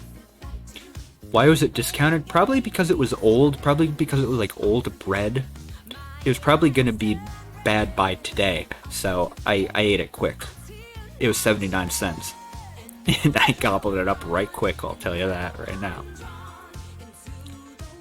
Classic Italian thing, yeah, bit of an Italian moment. So, Did you know that if bread is old and hard, you can get it wet and throw it back in the oven? Now, I did not know that life hack, but I'll keep that in mind. The bread was a little bit hard, I'll admit, but I still crunched that shit with my molars and my little giblets in my mouth, my little hard little stones that we call teeth, right? So I did that pretty good and pretty talentedly. Have I seen the Peanuts go to Paris and Charles? Peanuts keep snapping his baguettes. Baguette? What? What am I reading? Baguettes in half on door frames? Now that's funny. I watched that one a long time ago. Isn't it like Snoopy goes to Paris or Snoopy runs away or something?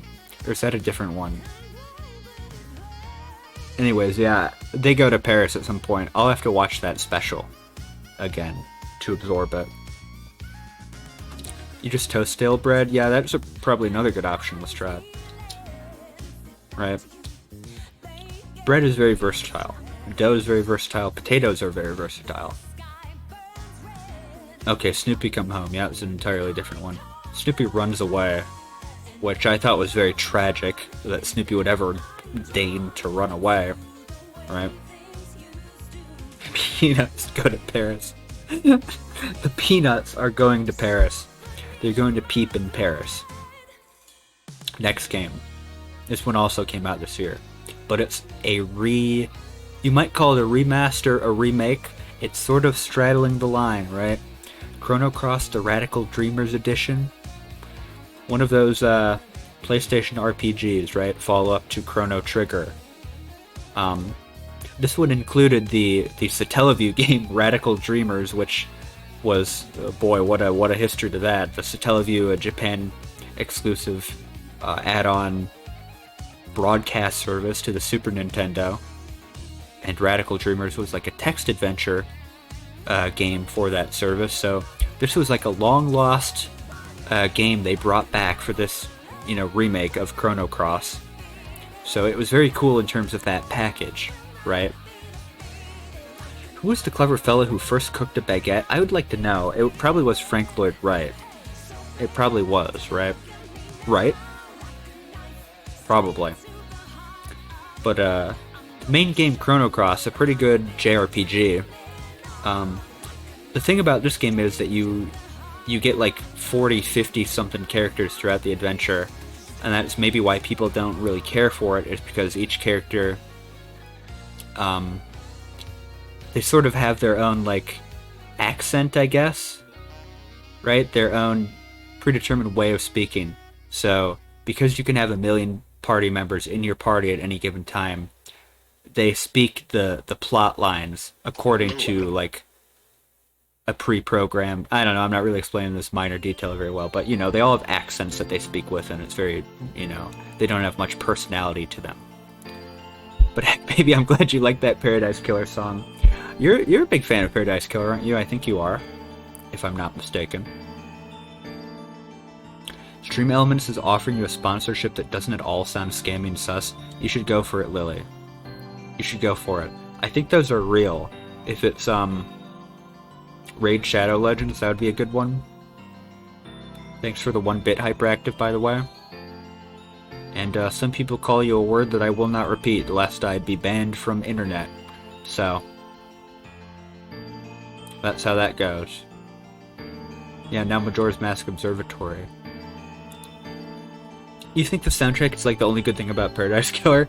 You have many grievances with that game? Yeah, it's sort of a weird game, right? It's a very weird game. It's very stylish, very... I don't know. There's a lot of style to it, that's what you can say about it.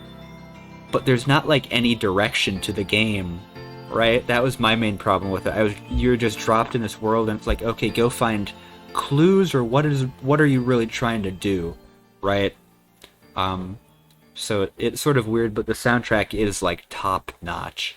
That's what you can say about it. I would love to give it another go someday maybe, but kind of a weird game, but interesting. Raid Shadow Legends and HelloFresh.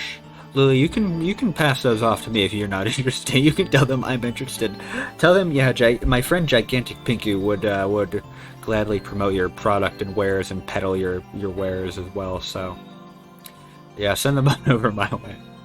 But Chrono Cross: The Radical Dreamers Edition, pretty cool game. Again, good soundtrack. It's like a very Celtic-inspired soundtrack, which may, much like Paradise Killer, it might outshine the actual core game itself, but pretty good one nonetheless. A good JRPG from the PlayStation era. I'm just waiting for a chance to sell out. I'm telling you right now, if I get like sponsorships offered to me, I'll do it. I'll sell anything. I'll sell my soul to sell a hamburger at McDonald's. I'll tell you right now. I'll tell you right now. Because guess what? None of you. I'll say whatever bad things I want about the product. Right? If they offer it to me, I'll make the promotion. But I'm gonna be honest. I'm gonna be honest about it. None of you have to do anything. I encourage you, if I ever get any sort of sponsorship, don't engage with it. Don't engage with it at all. Do not pay it any mind. Okay? There are terms and conditions? Well, whatever. Whatever. See, I adhere to my own terms and conditions. I'll dictate the contract that I'm liable to. Okay? Okay. Okay. All the stream elements ones require you to make like 10 people download an app for you to get paid at all. Yeah, that's what I've heard. Which is too bad. But, you know, at the same time, if you all want to download an app and then immediately delete it, whatever. Do what you want. See, I'm not going to force anyone to do anything. I'll say, okay, here's Raid Shadow Legends. I think it's a shitty game. But download the app. Do that. And we can all just have a bit of fun with that, maybe. So I don't know. Much to consider with those sponsorships, right? How much for you to show whole on stream? If you Venmo me 50 cents, I'll show whole. I'll show all my holes. Yeah. But next game is, I debated putting this one on here. Pac-Man World Repack, they called it. A remake of Pac-Man World. Pac-Man World. It got remade. They remade it, folks. And this time they did something quite perverse. They took out Miss Pac-Man, and they put in a new original character called Pac-Mom. Pac-Mom. They put her in. You can see her right to the left of Pac-Man there. And to the left of her is Pac-Lad, Pac-Son. And then to the left of him is Pac-Pooch. And then to the right of Pac-Man is Professor Pac. And then there's also Baby Pac, and then there's Puka, which is a Dig Dug character, which we all know, of course, Dig Dug. Pingu, I just sent you a video on TikTok. Please watch it ASAP as possible. Well, do I want to do this right now? Oops. What did I just do? Oh my god. I guess I'll watch it. I can watch it, Lily Masuo. If it's really that important, I'll give my live reaction. I don't think I'll be able to show it in any way, but let me... Yeah. Yeah. Okay, I see.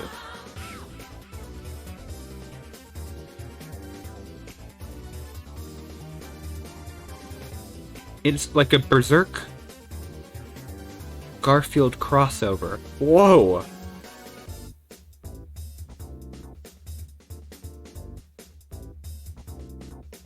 That was good. That was good. For those of you, well, no one can see that one. But it was basically Berserk Garfield crossover. He hates Mondays because he has to be, yeah. It was that. It was two beloved franchises coming together. Garfield and Berserk. So that's that. But thank you for that, Masuo. I do appreciate that.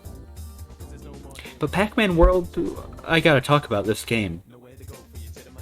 It was a okay platformer. During my time with it, I wasn't sure if I was enjoying it. I was like, okay, this is sort of like a 2.5D platformer, right? There's not much depth to it. It's sort of a little bit just, I don't know, frustrating and a little bit simple, right?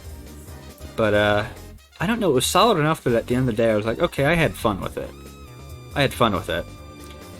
But again, I was so confused. I was so confused by this. Who is Pac-Mom? Who is this Pac-Mom character? I don't know who she is. She came out of nowhere. They took away Ms. Pac-Man from a lot of games, like Pac-Land, which they re-released also. They took Ms. Pac-Man out.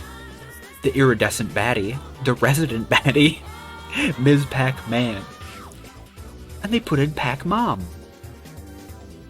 More like Pac-MILF, exactly. I mean, Pac-Mom's kind of hot. She's kind of nice with it. She's got those long legs, right? Legs for days, but Ms. Pac-Man, it's like she had the bow. She had the Pac eyes. And if you look at that image right there, where she's sort of doing the pose, you can just imagine what shit she's got going on up in her crevices, right? Ms. Pac-Man, she's probably got tons of crevices to explore and to dive into. So, she's got, well, that's all I'll say about that character, right? But you can imagine for yourself what's going on with her. But, oh my, oh my. But Ms. Pac-Man, pretty good. Ms. Pac-Man World Repack. Not a bad game. I would love to see Pac-Man World 2 remade, is the one I would like to see. I have a lot of nostalgia for that game. And I think it was the more ambitious game, definitely. And I think it's Pac-Man World 3 where it starts to get really weird with, like, characters and lore, and they start, like, talking and having dialogue and all that. So, Miss Pac-Man probably has all sorts of crevices to explore and dive into. Okay, I'll tweet that one out. I'm not ashamed of that one because it came out of my mouth already. So, I've already sort of put that into the world. I'm not ashamed of my own thoughts and opinions. I say what I gotta say and I do what I gotta do. And, well, you know, we'll tweet that out. I'm sure everyone will like that. All sorts of crevices. Yeah, there are many crevices. So Ms. Pac-Man, a baddie, beautiful, bodacious babe. We'll move on. Another Final Fantasy game. I had never played Final Fantasy VI, which I considered to be a pretty big blind spot in my gaming history, right? I'd never played it. I played the Final Fantasy VI Pixel Remaster game they put out this year, which basically just redid the graphics and some minor tweaks to the gameplay of the first 6 Final Fantasies for NES and Super Nintendo. And I'll say it was pretty good. It was a sprawling story. You had a lot of characters to play as, a lot of different progressions for your character builds. Pretty malleable in that sense. Not as much as like Final Fantasy V, but which had the job system. But it was like, okay, each character has a set role that their archetype corresponds to, their personality corresponds to. And they grow along with it, and they just sort of embody that class overall. So that was good. The story, classic JRPG story that we all love with Kefka and all that, trying to destroy the world. And of course, the unique thing about this game is that the villain does win. The villain does win halfway through the game. That's the big twist, right? So pretty cool there. Pretty sprawling. 2 different worlds to explore. And a lot of good classic JRPG stuff. So now this is an interesting one. This one is called EX Zodiac or X Zodiac. It's in early access and it's basically like a Star Fox follow-up. Super Nintendo Star Fox follow-up. You can tell just by looking at it, right? It's basically the exact same thing as Star Fox on the Super Nintendo. And I played this one pretty recently, actually. A couple days ago, believe it or not. And I was like, there were only like a handful of levels available at the time. 7 levels, maybe, to go through. And they were all pretty short. But there's more to come. And it was something I'm really looking forward to being completed. Because it was like, okay, Nintendo hasn't really made it a proper, good, just normal Star Fox game like this in forever. They made Star Fox Zero on the Wii U, which was sort of wacky. I actually played that one for some reason, and I kind of enjoyed it. I enjoyed how weird it was. But it's like just a normal, arcadey, like, Star Fox type game.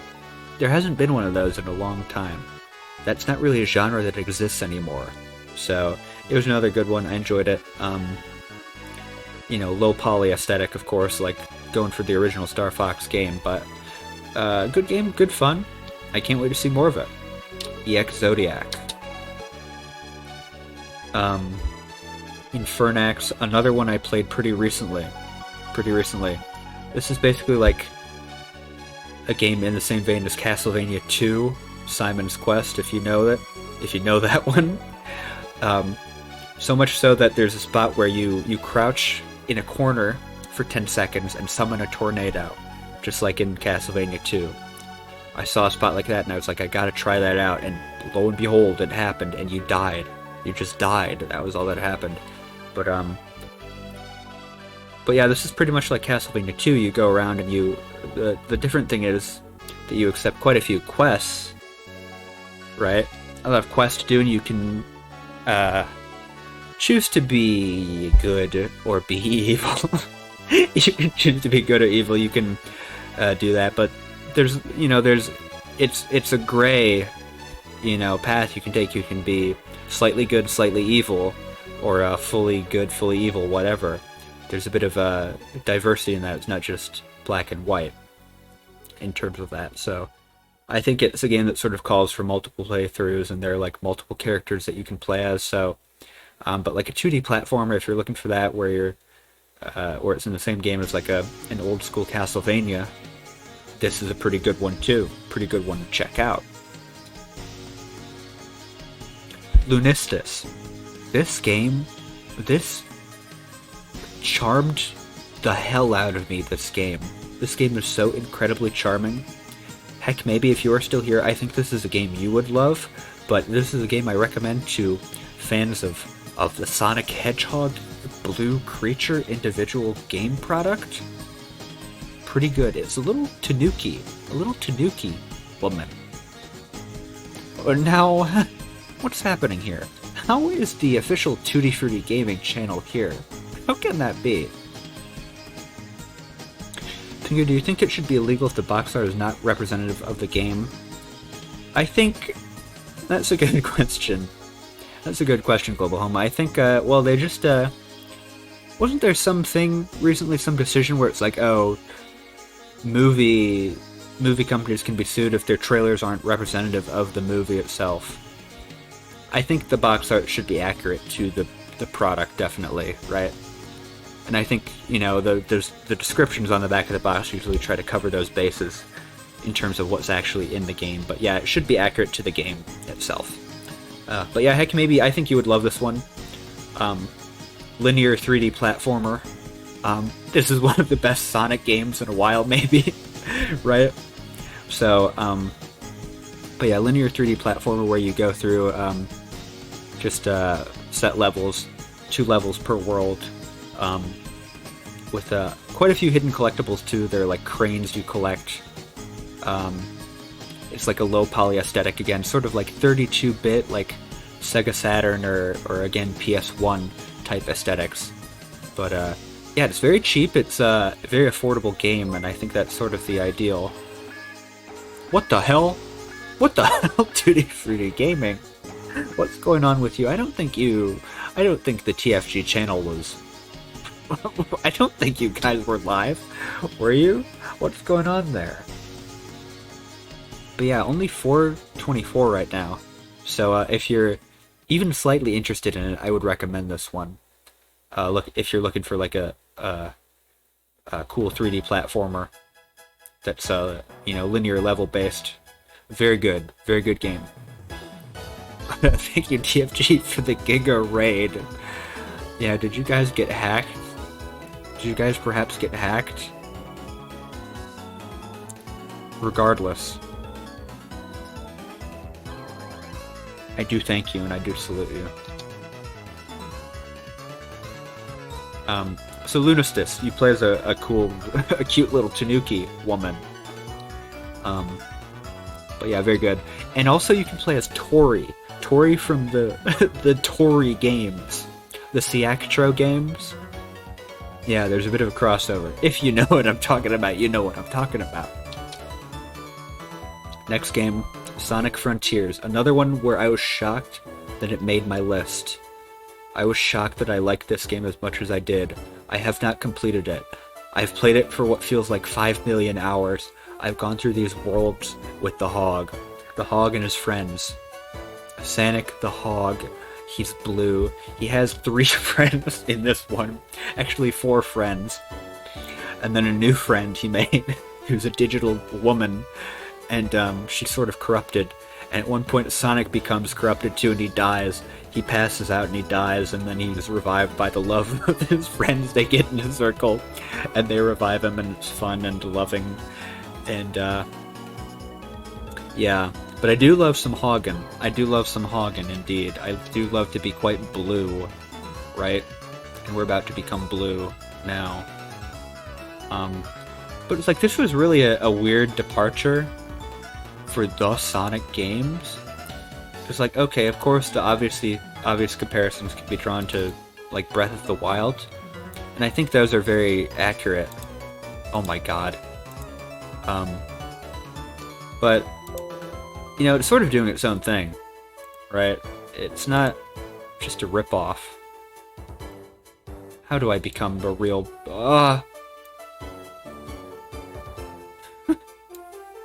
Okay, I'll use the cursed blue.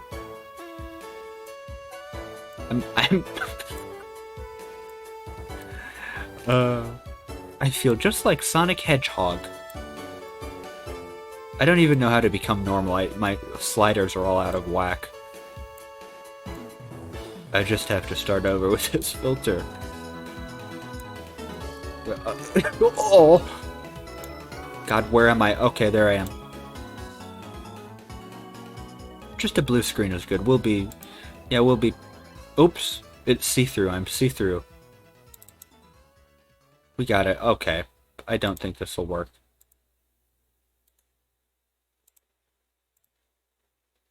We'll become just normal blue.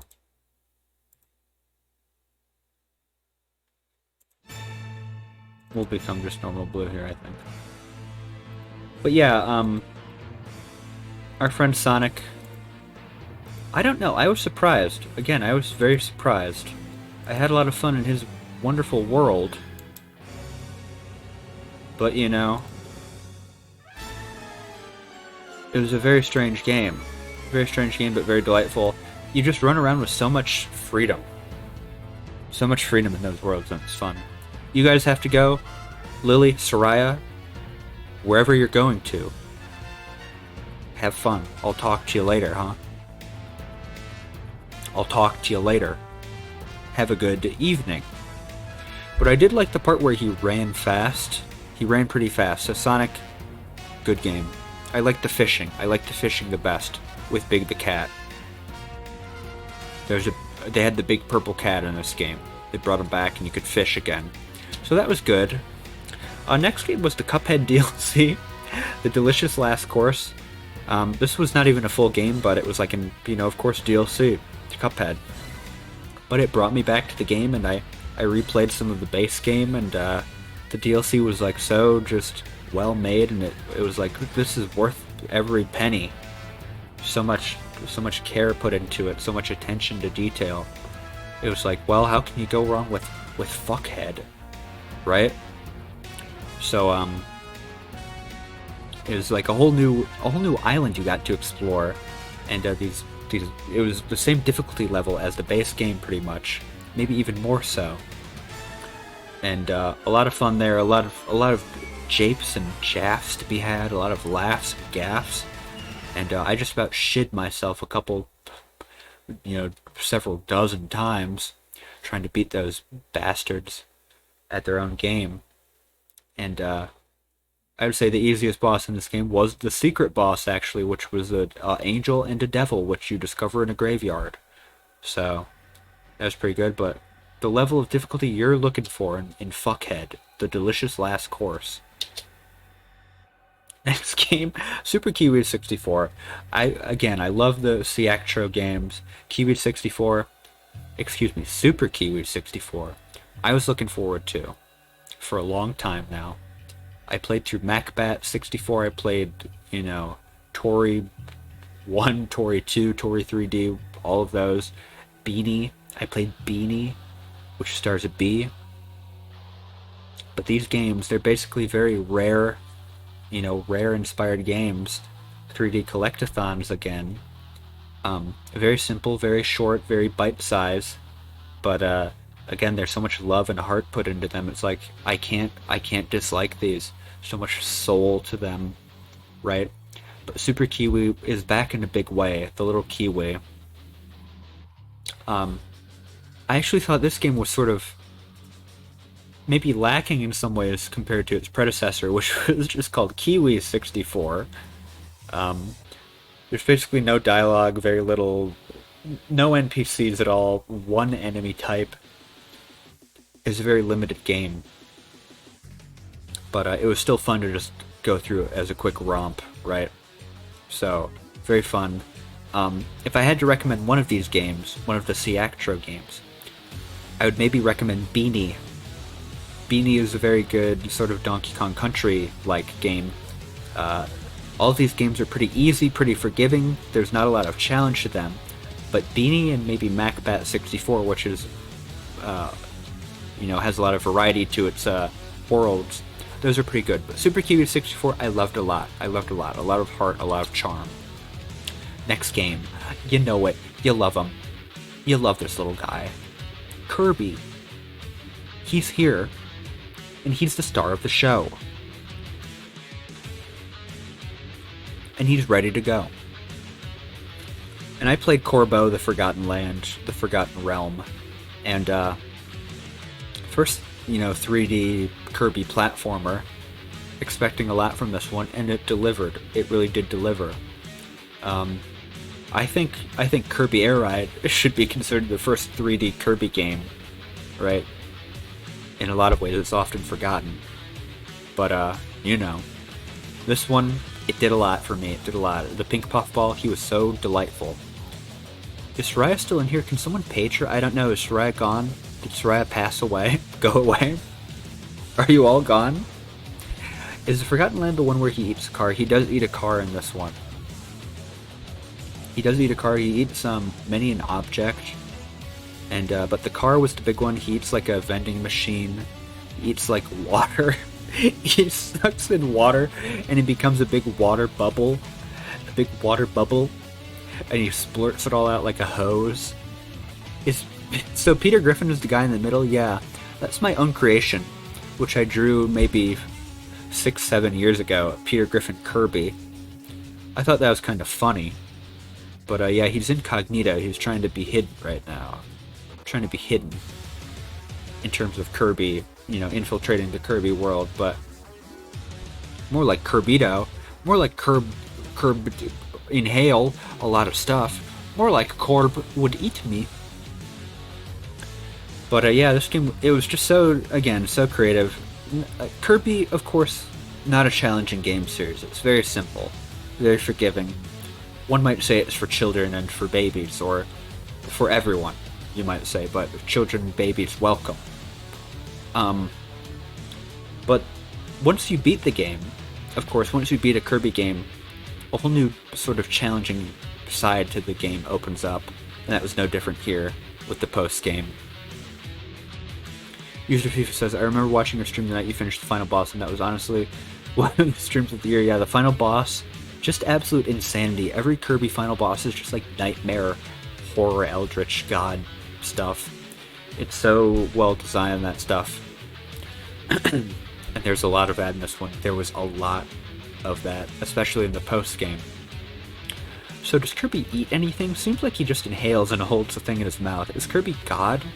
Kirby is maybe godlike. There actually is a lot of food he does gobble up, but I don't know what he does with it. Right, he eats the tomatoes, he eats the milk, or he drinks milk, right? He does that. I believe he does that. So he does a fair bit of eating, and sometimes he does a bit of kissing too, a bit of smooching.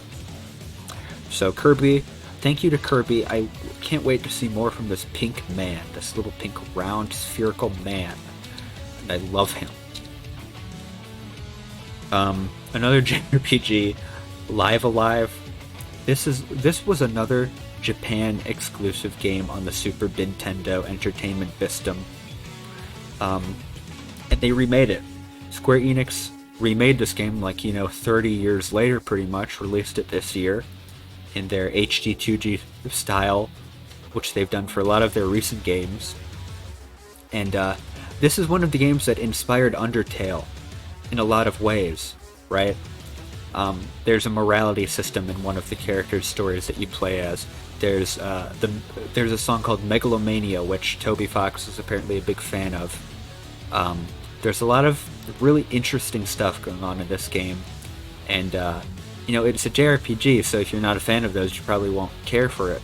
But I think in terms of its inventiveness, its willingness to try something new for the time period, and even now it's still pretty interesting stuff. I think it deserves a lot of praise, and the music was very good music. Global Homo, Kirby is your favorite character of all time. Kirby is a great character. Kirby is such a wonderful little character. He's so malleable again. He eats all that shit and just becomes whatever. But yeah, Live Alive, you play as 7 or 8 different characters, and they all have their own little JRPG stories that are like 2-3 hours long maximum, little vignettes basically, and then at the end they all come together for one big long campaign. So what you do in each one finishes the second half of the game. So there's a lot of interesting stuff going there, a lot of choices you can make that influence all that. So, and the characters' fates. So very cool. And they're all set in different time periods. So like the far future, the near future, Middle Ages, like Imperial China, Edo Japan, things like that. So very interesting. Wild West, ancient history. So very good game. This is the only Pokemon game on my list this year. The only Pokemon game. Pokemon Legends Arceus. Arceus. I actually loved this game. I love this game a lot. Pokemon Legends. I liked it more than Scarlet and Violet, which I'm not so hot on. But this game I loved a lot. I really did. I really truly did.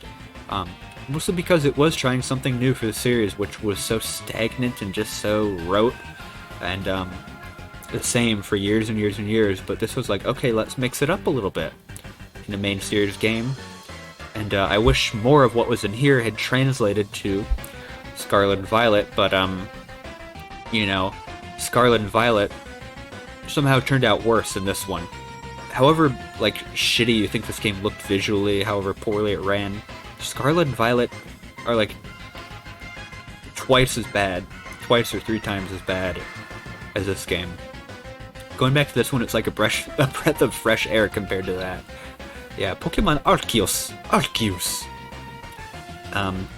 But the ways you could catch Pokemon, just catch them without even battling it or engaging in combat, tossing your Pokemon out, having it fetch items, things like that. A big step forward, even though it's pretty minuscule in terms of the genre, right? Everything is still very tedious, but it was a big step forward. And for me, the fact that this game was a prequel to Diamond and Pearl, basically Diamond Pearl Platinum, which I am a big fan of. I really enjoyed seeing all the lore in this game, however light or sparse it was, but like every character in the game was an ancestor to some other future character in the other game. So I really enjoyed seeing that. The music was also had a lot of homages like that. Would I even go so far as calling it a great leap forward? I would not go that far. I wouldn't go that far. No. I would say it was a small leap forward.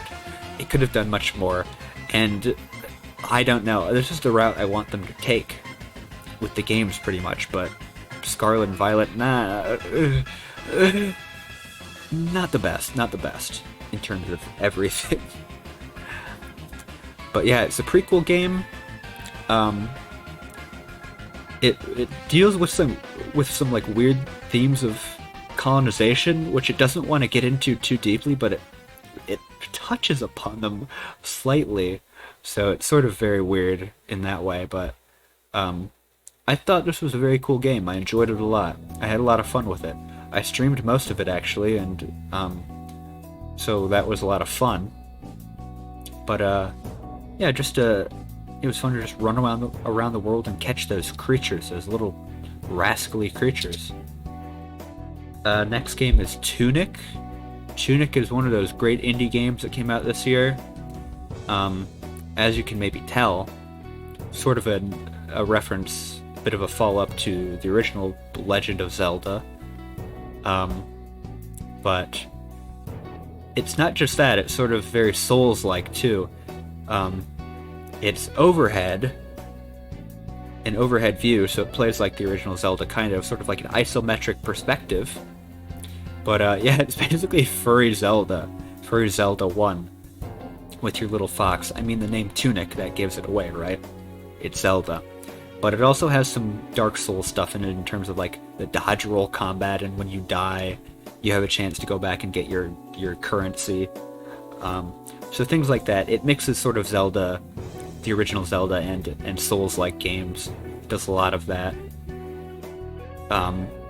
So it was a good mashup of those two genres, and I really enjoyed playing through it. And my one gripe with it, maybe, is that, well, two gripes. I don't want to be negative on it, but a couple things. It's a bit obtuse. There are a lot of secrets to the game, right? You're basically building up a game manual as you go through the game. You're finding pages in the game world that fill up a game manual that tell you like the controls, the instructions, the rules of the world, and the lore and all that. And everything is sort of like Fez, where it's in a made-up language. Most of the game is in a made-up language that you don't know how to translate. So you just have to infer a lot of stuff. But building up the manual itself was pretty cool. But my second gripe with the game would be that because of the camera, it's like an isometric camera. You can't really change it around too much. There are a lot of hidden passageways that are very obscured by the camera that you would think would be like a little secret. They're like core paths to the main game. So you might get stuck just because you didn't see one little shadow that signified a hallway, that is slightly off camera. So stuff like that, I got stuck a couple times because I just didn't see it where I was supposed to go on screen. Is there an official translation? This game, it came out everywhere. It released everywhere this year, and I think in all territories and all that. And I think it was maybe like a PC and Xbox exclusive when it first launched, but now it's on like Switch and probably PlayStation 2. So it's pretty widely available. Is that a game problem or a new problem? It was probably a bit of a me problem too, I'll admit. I probably wasn't just observant enough, but I think it is a legitimate problem with the game itself. Not a problem, but a little bit, a little bit of a barrier. But it was a very good, Zelda-esque game if you're looking for one of those. Again, a lot of games where it's like, oh, this is a spiritual successor to something that's not being made right now. Tunic, EX Zodiac, Infernax, things like that. It's just like they're filling voids I'm looking for this year, so this was one of them. But yeah, it should be on Game Pass right now if you have that. So it was a pretty good value. Definitely one worth checking out. If you've got Game Pass for sure, right? Oh, and then we've got GameCube. Yeah, GameCube. Yeah, GameCube was my top game of the year with the Black Eyed Peas. I think they were pretty good. They had a lot of good hits this year. They played a lot of GameCube. David Cross and Bob Odenkirk, they played a lot of GameCube. They played a lot of Smash Brothers Melee, which I thought was good. And a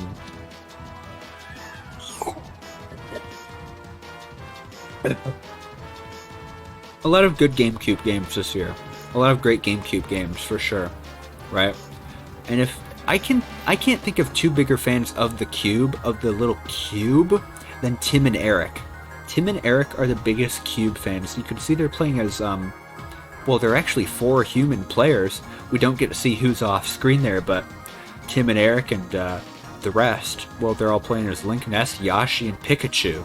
So, Yellow Pikachu, what more can you ask for on the Super GameCube's Nintendo system? And Jerry Simphill. So, a great duo there. But number one game of the year, number one game of the year, Pikachu and Friends and Link.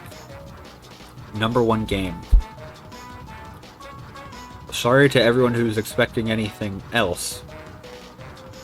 My number one game of the year is known as Triangle Strategy.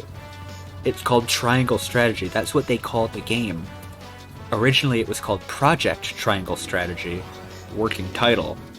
And then they decided, oh, actually the final title will be Triangle Strategy, which I thought was quite wise. This is another game where it's like it's filling a niche that I'm looking for. Filling the void of Final Fantasy Tactics and Tactics Ogre and all that. It's a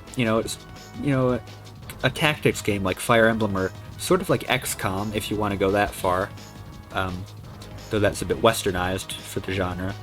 But, a Square Enix classic. They put this together in their HD 2D style, and I was like, boy, I love this. I could not get enough of this. And I played it on the Swintendo. It was an exclusive for a while, but I believe now this game is on Steam, at the very least. This didn't surprise me, Fifu. I expected this. I knew it when I was playing through it. I was like, I love this. Yeah. This is the top game. This is the top game that came out this year. It's my top game, yeah. Very strange game. If you've never heard of it, Triangle Strategy, I don't blame you. I do not blame you. But yeah, it's a tactics game, strategy game. I don't know if it's better than XCOM, though. Hard to compare the two, really. Because if you're talking about just the tactics genre, if you zoom into it, they're on opposite ends of the scale of that genre. But, I for one love this game. There are a couple routes you can take, again, in terms of morality, which games seem to love nowadays, having a morality system. But, the battles themselves, they were good. Again, if I had a complaint with this game, it would be that, you were given too many options that you didn't get to utilize fully in combat, right? You were given a lot of options to manipulate, like, the terrain, things like that, the weather, but you never really had a need to. So stuff like that. A man once sexted me and then started playing this game after, and if there were ever a more clear hint to leave, I'd like to see it. Wow. He played this game. It's like, oh, I'm so horned up, I gotta play Triangle Strategy. I need to play Triangle Strategy now. That's actually very funny. Yeah, I think, Elden Ring or God of War, I guess it's a different thing, right? It's different at the very least, so that's one thing you can say. But yeah, more games should allow you to be a truly miserable bastard. This game, you can be it. You can be sort of a miserable guy and just sort of become dark. I don't know, all these characters had weird names, like the main guy in the center there, his name was Sarah Noah. Sarah Noah. So you can be like Dark Sarah Noah. The script for this game was weird, like it's obviously medieval looking, right?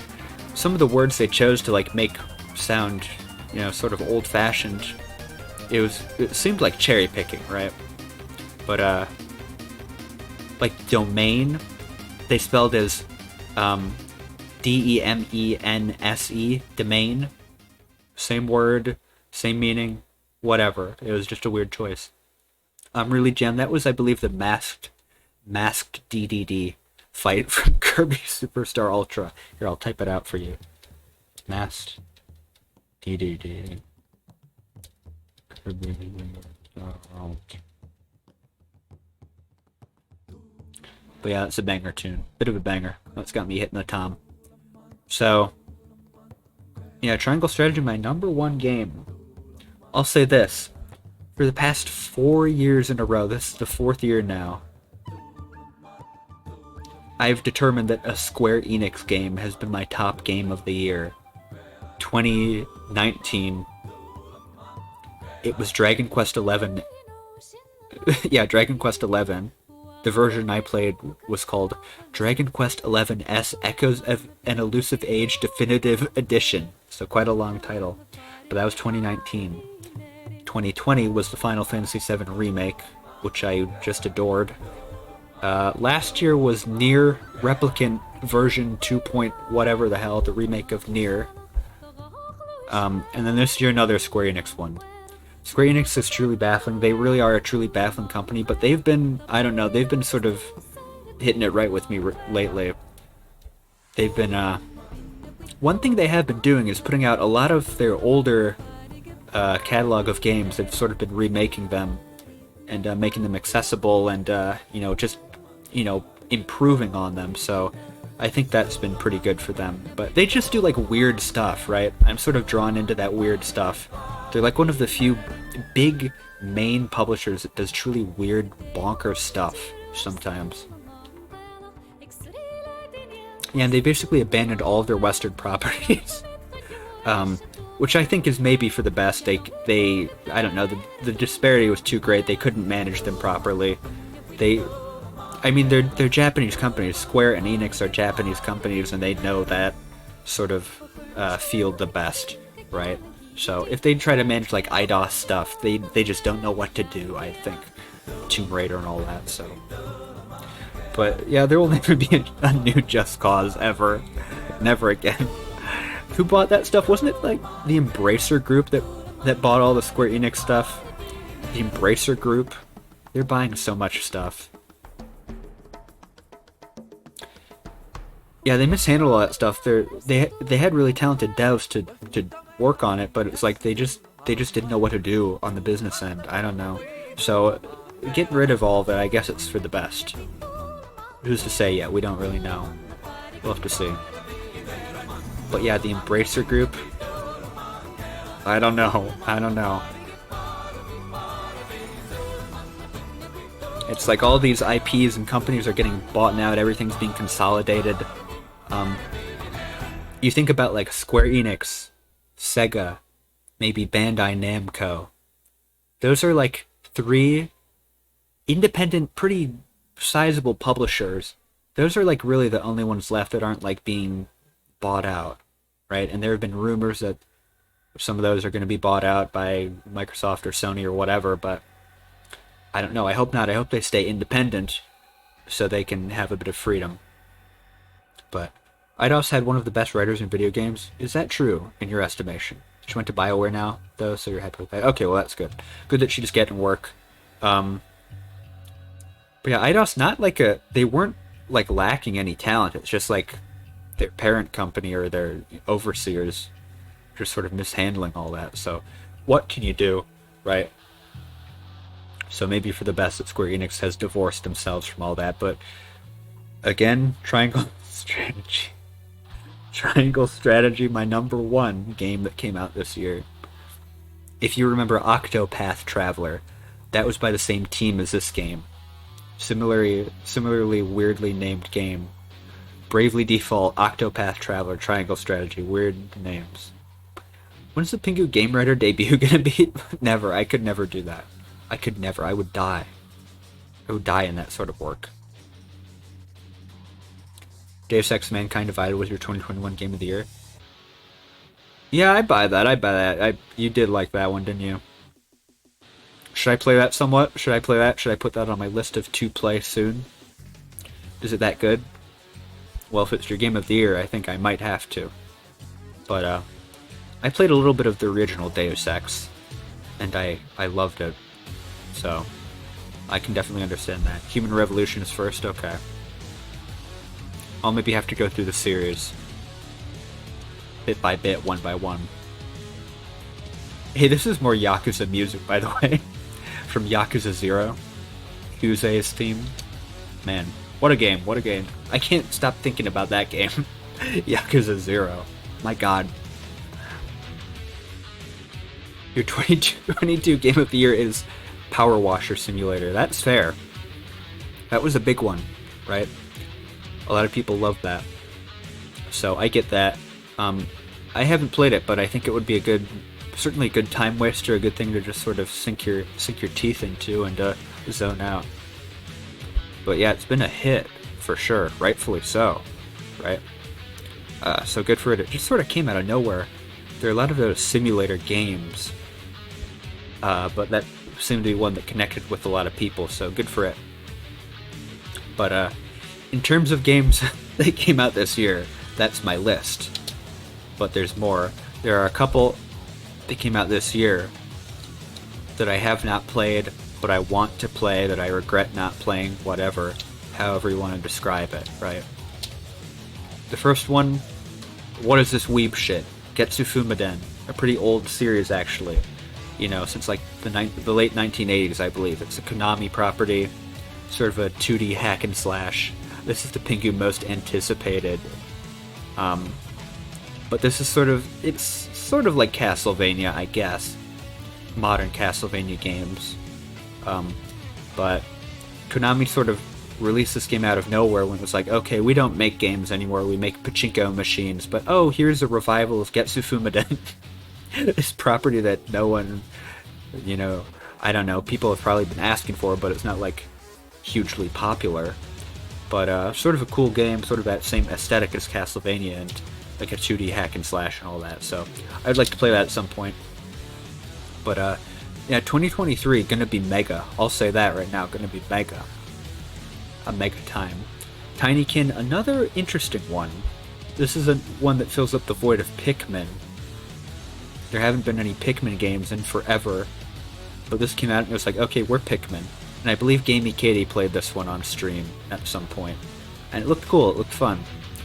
So I'd like to play this. You can see, you know, it's basically the same concept as Pikmin, but maybe a little more streamlined, right? From what I understand, the little creatures sort of do things automatically for you, so you don't have to direct them as much. Global Homo, you've played Tinykin, you recommend? Yeah, that's good to know. I've got it on my list, so your endorsement definitely makes it more likely that I'll check it out soon. So I want you. It seems like you've even got like a fire type, a little flying type, electricity, I don't know. So funny stuff, wacky stuff. But yeah, some good stuff here. Inspired games for sure. Yeah, less micromanagement maybe, more just automated stuff, so hopefully it makes it a little bit easier. But, you know, I don't know. The micromanagement of Pikmin is kind of what I enjoy. It's like an RTS, right? So, but I'd be willing to try something like Tinykin. Weird name. But another Konami game, Klonoa. Who would have ever thought Klonoa would be coming back, making a comeback? I don't know when the last Klonoa game was. It might have been on Wii, which was also possibly a remake. This game is a remake of the first two games, I think. And sort of one of those classic platformer mascots that never went anywhere. One of those Namco properties. See the little Puck Man on his hat there. So Namco brought back the Klonoa character in a big way this year. In a big way, he was coming back and he was jumping around. He was frolicking too. And you look at the title, Klonoa Fantasy Reverie Series. Fantasy Reverie Series. That's a very strange name, and I don't know what it quite means. but it implies multiple, and there are 2 games. But in terms of classic platformers, it seems like the original Klonoa, it was very ambitious with how it used the camera. It did a lot of like dynamic rotation and things like that. So sort of a cool thing. Reminds me of Donkey Kong Country Tropical Freeze, which did a lot of that similar thing, and I like to think was sort of inspired by the original Klonoa in a way. But this game, this remake of the first 2 games, I would like to check out. Next game is Neon White. I did not play this. This is another one that came out of nowhere, where it's like, okay, it's a first-person card-based shooter platformer, sort of like Mirror's Edge, maybe.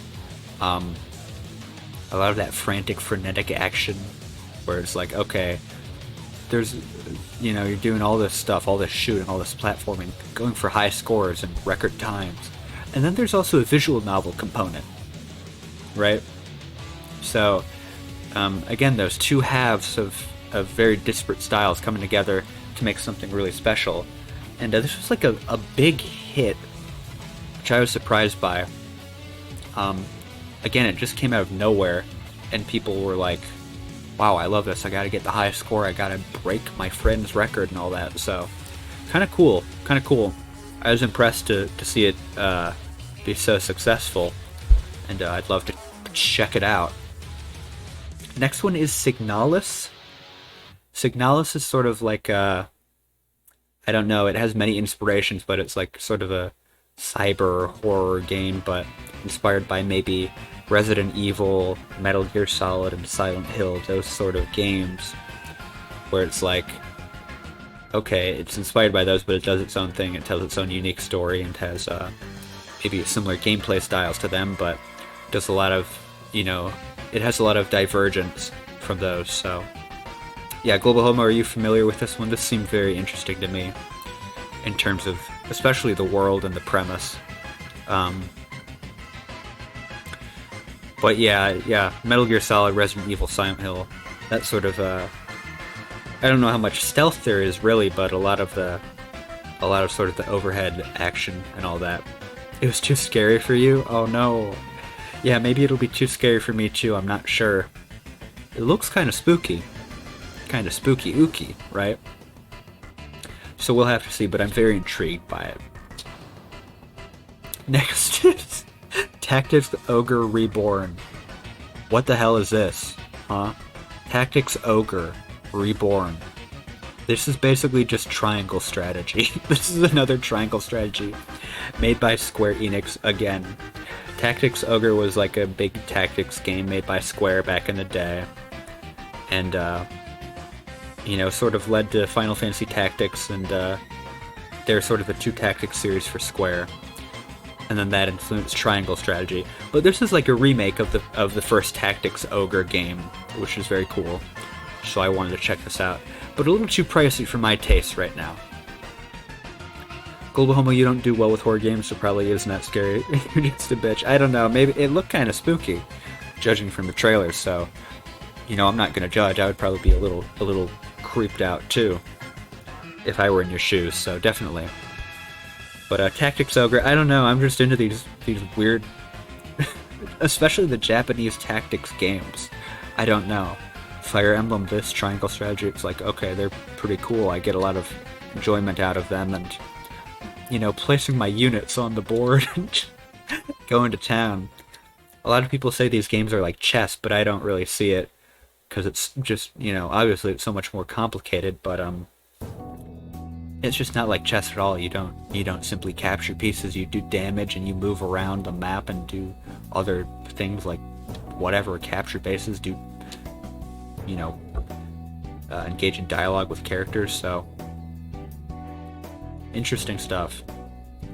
Got a pretty diverse genre of games you're into, it's great. Thank you, Global Home, that's very kind.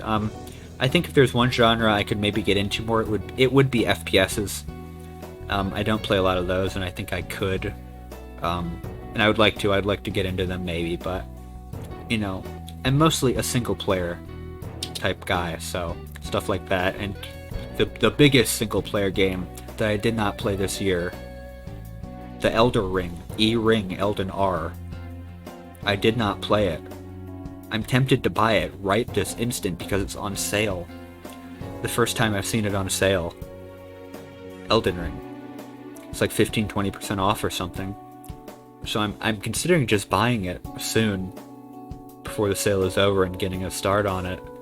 Because I really wanted to, but I don't know. I'm just always jumping around between so many games and taking months to finish each one that it's like, well, I didn't have time for it when it came out in February, but highly recommend. Yeah, it's very highly recommended, right? By many people, Connor 4 so I'm taking that into account. I'm thinking about it. I may just pull the trigger. And get it. But yeah, someone I'll have to play Battlefield with you. I'll play Battlefield. We'll play Deus Ex multiplayer. We'll play XCOM multiplayer. We'll do that sort of thing. We'll play chess in real life, but with guns. We'll play gun chess. That could be fun. But yeah, we got to get it off that sale. Get it from that sale. So I just might. Who knows? Hyperactive BS says, I'm not ever really big into Souls games, but Elden Ring was one of the most impressive games ever, all time. I mean, that's what I just keep hearing. I keep hearing, like, oh my god, it's just the greatest game ever, and I can understand why. I believe it. That's the thing, I completely believe it. You know, Miyazaki is just, like, an incredibly talented guy, and I'm sure Bill Clinton put his heart and soul into this game, all the work he did, and, it's just, like, the world design, probably unparalleled, the combat. Maybe the combat isn't, the deepest, but there's a lot you can do in terms of your character build, so that's how it always is with FromSoft games. It surpassed the hype, yeah. That was another thing. There was so much anticipation with this game when it came out. It was just like, okay, there was so little shown with the reveal trailer, so little known about it. And then it comes out and it blows away expectations. It's as good, if not better, to many people than it was promised to be. So I may buy it. I may buy it tonight even. We'll see how I'm feeling. But if not now, then soon. Because I would love to check it out. So Elden Ring, yeah, it was real impressive that after being a reformed rabbi, or maybe perhaps coming out of the faith, I don't know how he was reformed, but Bill Clinton, William Jefferson Clinton, did do quite a number on this product, the Elden Ring. He put his whole ass into this game, so good for him. Do I have? Okay, so those are all the games that I didn't play this year that I wished I had played. And this is the final section. 2023 most anticipated games that I'm quite looking forward to. What's coming up next year? And also, I'll say this. If any of you have any of your favorite games this year, or anything you're looking forward to, let me know. We can sound off and go through what we're all looking forward to, so this is what I'm looking forward to. I watched an entire film and you're still going. Now, Arctic. That's quite curious. What was that film? And Arctic, what was your favorite game of the year? What was your favorite game of the year, Arctic? Maybe I'll say what my favorite film of the year was. I didn't watch many. I probably read more books than I watched films, which is crazy. The Wii Phone. You gotta have the Wii Phone on your list, right? Wii Phone coming out soon. Coming out 2007. It's coming out. Me and Earl and the Dying Girl. I've never heard of that one. Does it star Earl from My Name is Earl? Jason Earl? I hope so. But the Wii Phone, this is coming out in a big way. Many have been anticipating the Wii Phone, and it sounds like Steve Jobs finally put it together, and he finally got to work and put this thing together and got it built. You think if Elden Ring had a bit more enemy variety for the endgame, it would have been actually perfect. Interesting. So, yeah. Are there a lot of, like, variations of the same enemy where it's, like, they're a different color or they have a bit more health or whatever? I imagine that might be a limitation, but yeah, enemy variety seems like that sort of problem with a lot of games nowadays. Definitely. That was a problem with Infernax, which I mentioned a while ago, that had very few enemies. Super Kiwi 64 had one enemy. A lot of games just don't, they don't put in a lot of enemy variety, so that's a very valid complaint. Arctic's favorite game was also Fetish Locator, Week 3. Or it could have been Hamburger Eater 3. A lot of trios. I didn't know about any of these trios, the Fetish Locator trilogy or the Hamburger Eater trilogy, but I'm gonna have to check all of those out. And I'm sure they're well worth the hype, much like Wii Phone and Elder Ring, the Elden Scrolls. So Wii Phone, look forward to it. Boy, can I be more predictable? The Dragon Quest III remake. I'm looking forward to the remake of Dragon Quest III. The Enix classic. Being remade in that same HD 2D style that they did for Triangle Strategy. Square Enix. So, but Arctic says, an actual answer for real, though, would maybe be Hard Space Shipbreaker or the Switch port of No Man's Sky. That's very interesting, Arctic. Hard Space Shipbreaker I maybe should have put on my list. Because I heard a lot about that and it seemed very cool. Yeah, that and like Iron Lung was another one that I was interested in. So, yeah, the fact that that was your game of the year, that speaks very highly of it. Elden Ring had a lot of enemies repeated from previous games, so it's not as noticeable if you haven't played those. Okay, that's interesting, yeah. They do create just so many assets and so much for the worlds of each game that's like, if they have to start anew each time, they might as well slip in a couple enemy types from the previous games. But yeah, Dragon Quest III, I'm looking forward to it. I'm ready for it. This was the big one over in Japan, right? Dragon Quest used to be so big that people would, call off work to line up at the game stores to get the new game, and the rumor was that they had to pass a law that the games had to be released on the weekends, so, But this was the big one, Dragon Quest III, and I'm looking forward to it. Can't believe it'll be 2023 in less than an hour, wow. Wait, yeah, why is this song playing again? Mask DDD. It's playing again. We'll let it play out. This one played already, though. How can that be? It's repeating tunes. Maybe I have it on my playlist twice. Oh well, it deserves it. But how are you doing, Rowan?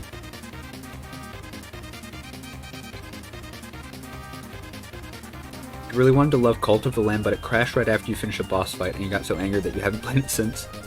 Yeah, that was another one where within the first week or two after it came out, I was like, I kind of want to play this, but it seemed like, oh, this is such a stream-oriented game, or like, it seemed like almost a Reddit game, if I'm being honest, sort of a Reddit game. I don't want to be rude to it, but I don't know. Something about it was like, I kind of want to play this, and I kind of want to I don't want to play it, so.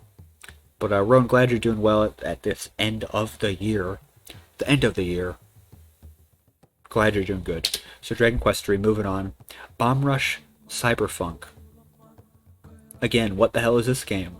This is basically another Jet Set Radio that they're making with the composer of Jet Set Radio, Hideki Naganuma, who's quite a wacky guy, and I fear he'll get in trouble someday on Twitter for just spouting off phrases like femboy and cat wife and all that. So he seems like a very impressionable guy.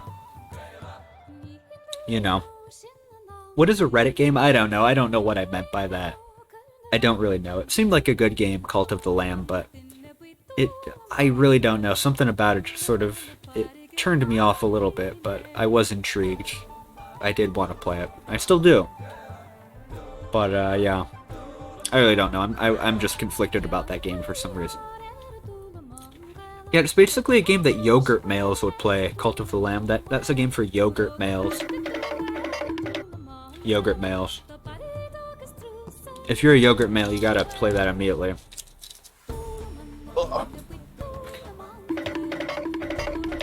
Can't let a fan base ruin a good game. That's very true. That's a good point. It's like, I don't know, it's like, I don't know. Undertale, the fan base for Undertale is kind of cringy, but still a good game. So I might play it at some point. I definitely might. So that's not really the type of game I'm the most into, but it still seemed like it would be enjoyable enough that I would get into it. So, but Arctic is enjoying Rogue Legacy 2. Like 2 weeks ago, and you're really enjoying that. Very good. Rogue Legacy 1 got you into roguelikes, so interesting. Very interesting. Hyperactive BS, you wanted to play Cult of Lamb, but you had like 20 roguelike games, and you beat none of them. Yeah, that's the thing. Roguelike games, I don't know, I never get through them. I never beat them. I just get stuck. So, that's another understandable barrier, I guess. So, I really said nothing about this game. Bomb Rush Cyberfunk, it's Jet Set Radio. But it's not. Jet Set Radio and everything but name. So this should be a lot of fun. I've never played Jet Set Radio Future, which was on the Xbox 360, maybe? I never played that one. Or maybe the original Xbox, I don't know. But this should be a good one, I'm looking forward to it. Hideki Naganuma, classic tunes. Bobo Homo, you dislike roguelike games? Yeah, some people do, and I get it, because it's like, oh, it's just so frustrating, the lack of progress or whatever. You know, you just play through the game, and it's so, I don't know. Some of them are so dependent on skill that it's like, okay, I can't make any headway here, I just can't make any progress, whatever. So, you die once, you're back at the start. So, they're very frustrating games, and I've, quit from a couple because it's just like, I can't do this anymore. I can't, deal with this heartbreak. But, yeah, I definitely get that. Persona 3, portable remake, re-release, remaster, whatever. Basically, they're just re-releasing Persona 3 portable. They're putting it out again on Steam. They're putting it out. I'm looking forward to it. I can't wait. I love Persona 5. I loved Persona 4 Golden. I played those. I'll be playing this one. I'll be doing it. You think the reason you love roguelike/roguelites so much is because you're fucking bad at video games and it gives you a way to feel like you're progressing even in death? Yeah, roguelites, you do make a little bit of progress with those, right? With each death. Like Hades, that's sort of a roguelite. Each time you die, you progress the story or some sort of level up mechanic like that. So I get that, yeah. Now I see the Tutti Frutti Gaming channel is here again. What's going on with you guys? I saw you guys went live. Is this true? I want to be able to watch your stream at some point. I want to be able to tune into that. We'll see. I don't know, I'm going so long. Yeah, Persona 3 and 4 coming to Game Pass as well, I think that's right. But yeah, they're being ported to modern systems, so that's good. Ridley Jim's Game of the Year is Hades for 2022. That's very good. Hades, yeah, I played, I don't know, did Hades come out 2 years ago? I played it around when it came out on Switch, because at the time I didn't have a PC that could handle it. But, yeah, what a game, what a game.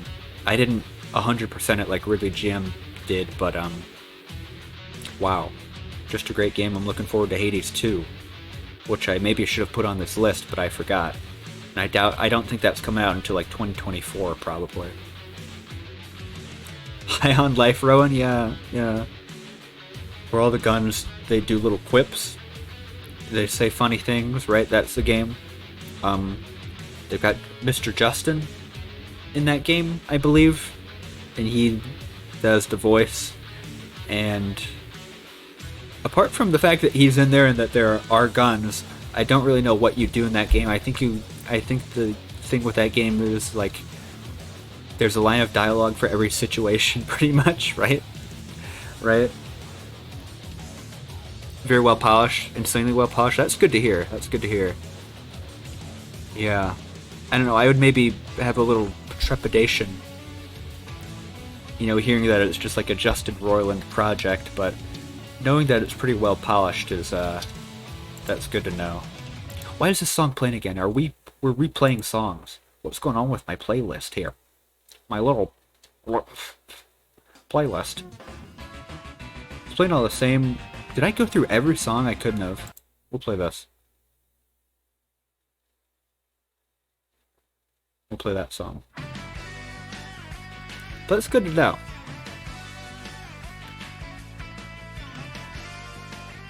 Ugh. Ugh.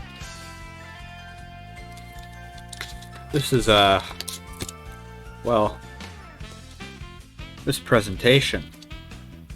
I maybe made it a little too long, huh?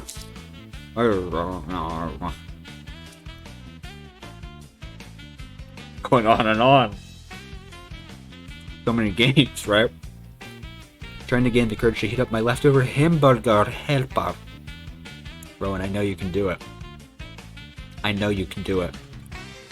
Just put that shit in a bowl and heat it up, and then have a little bite, have a little nibble, see what it's like. You're anticipated for 20,023 is Starfield. That game, that game may never come out. It may come out next year. Who knows? Who knows? I don't know. But that'll be one to watch, I guess. I don't know if I'll play it, but I'll watch it for sure. Ridley Jim says, I do not think I could talk for 3 hours about every game I've ever played combined. You could. You could talk for 3 hours about Hamtaro, I bet. About the wonderful lore in that world. All the stuff going on there. You could talk about Dota 2, Fortnite, Fall Guys, Pokemon Omega Ruby. You could talk about all those combined and more for many hours. But, yeah, Bethesda, they gotta speed it up a little bit, though. Oh, I would love to have some jerk chicken right now, for real. Some jerky chicken. But Hamtaro is dark. It's a dark anime. It really is. It truly is. Ham Heartbreak, their hearts are getting broken. And they gotta do, like, ham hugs and, ham smooch and ham kisses in that game. So, the hamsters, I don't know, they're doing all sorts of dark, wacky maneuvers. And they're possessed with dark magics, I believe. Really, Jim has to talk about Dota 2 for 1 minute for every hour he has ever played. He would be dead. He'd be dead if he had to do that. Ham-ha! Ham-ha! Hello, Voig. Your game of the decade is Timberborn. Timberborn. I don't know if I've heard of that one. Let me look it up. Timberborn.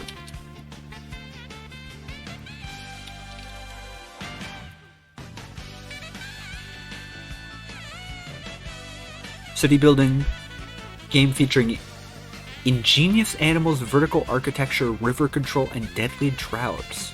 Interesting. This seems cool. Bit of a city management game. Oh, this seems very cool. Yeah. Interesting. With the ingenious animals. They've got ingenious animals. I can see they're like beavers. They're like holding papers and... Yeah. Those are the ingenious animals. No, that seems very cool. Glad you liked it.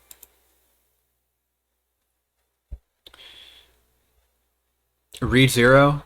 I've heard of that one. Yeah. Let's see. Is it I forget. Is it ReZero or ReZero? Never remember.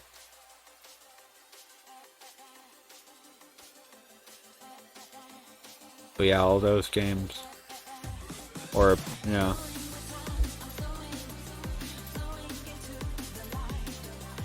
Excuse me, anime. Is there a game for the ReZero? There are games in addition to the anime, right? I'm not making that up.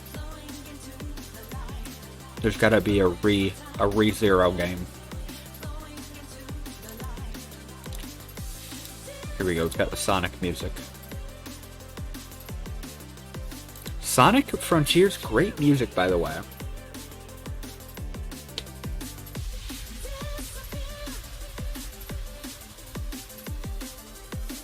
Yeah, Timberborn looked cool. But yeah, some like you don't really mess around with early access. Yeah, I get that. Yeah, I only did that with one game this year, I think. There are just so many games, right? So many games all the time that you can always play. It's like there's just no reason to. I don't know. I can wait for anything at this point, you know. But yeah, ReZero, RE0, Resident Evil 0. Could that be? I actually like Resident Evil 0. A lot of people hate that game. They just think it's so shitty, but I like it. Frostpunk 2, Hyperactive BS is excited for. That'd be cool. I've never played Frostpunk, but I would like to. I hope that's good. Is that coming out 2023? Yeah, a lot of good porn games on Steam, a lot of good free ones too. I should start browsing by newest released. Yeah, so much shit dumped on there. Like Sex with Hitler or whatever that was. Yeah. Steam is a one-stop shop for gamers now. You can say racial slurs in online games and then jack off more times than is healthy without leaving the app. This is true. Meine pleasure. You can jack off 1,700 times, all while saying every slur in the dictionary without leaving your mobile device. So anyways, Persona 3 Portable, that'll be fun, I can't wait. Yeah, Elder Scrolls 6, that'll come out in 2042, I believe. If then. Who knows what that one will be like. Who knows. Another game I'm looking forward to. Paper Lily. I played the prologue, the demo for this game. Maybe, I don't know, maybe about a year ago, actually. But I think the full release is coming out this next year. It might be. It's called Paper Lily. It's sort of like Yume Nikki. Sort of like a little horror game. Little Undertale horror game, you might say. But it's cute. It was a cute game. Very, like I said, it's like Yume Nikki if you know of that. But interesting stuff. Very, based on that little horror. And you play as a schoolgirl and you go around and you sort of get sucked into a dark dimension and all that. So, I don't know. I like the setting. It was like you're in the school at night. There's a club there, another school club, and you're just trying to solve a little mystery and trying to survive. So it was fun. Nemo, you just bought Lumines? Oh, I hope you have fun. It might take a couple minutes to understand what's exactly going on with the timeline and all that, but once you do, it's very easy, very simple game. Very fun. Incredibly fun.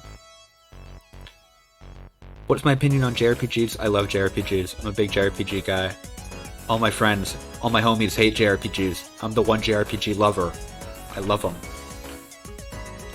Which mode do you do? I think there's like an adventure mode or something like that. It's like the challenge mode, maybe. I forget what it's called. But it's one of the first options. That'll take you through like 100 levels with varying themes. So, I am a JRPG enjoyer though. What's the deal with the JRPGs? The deal with them is they kind of suck.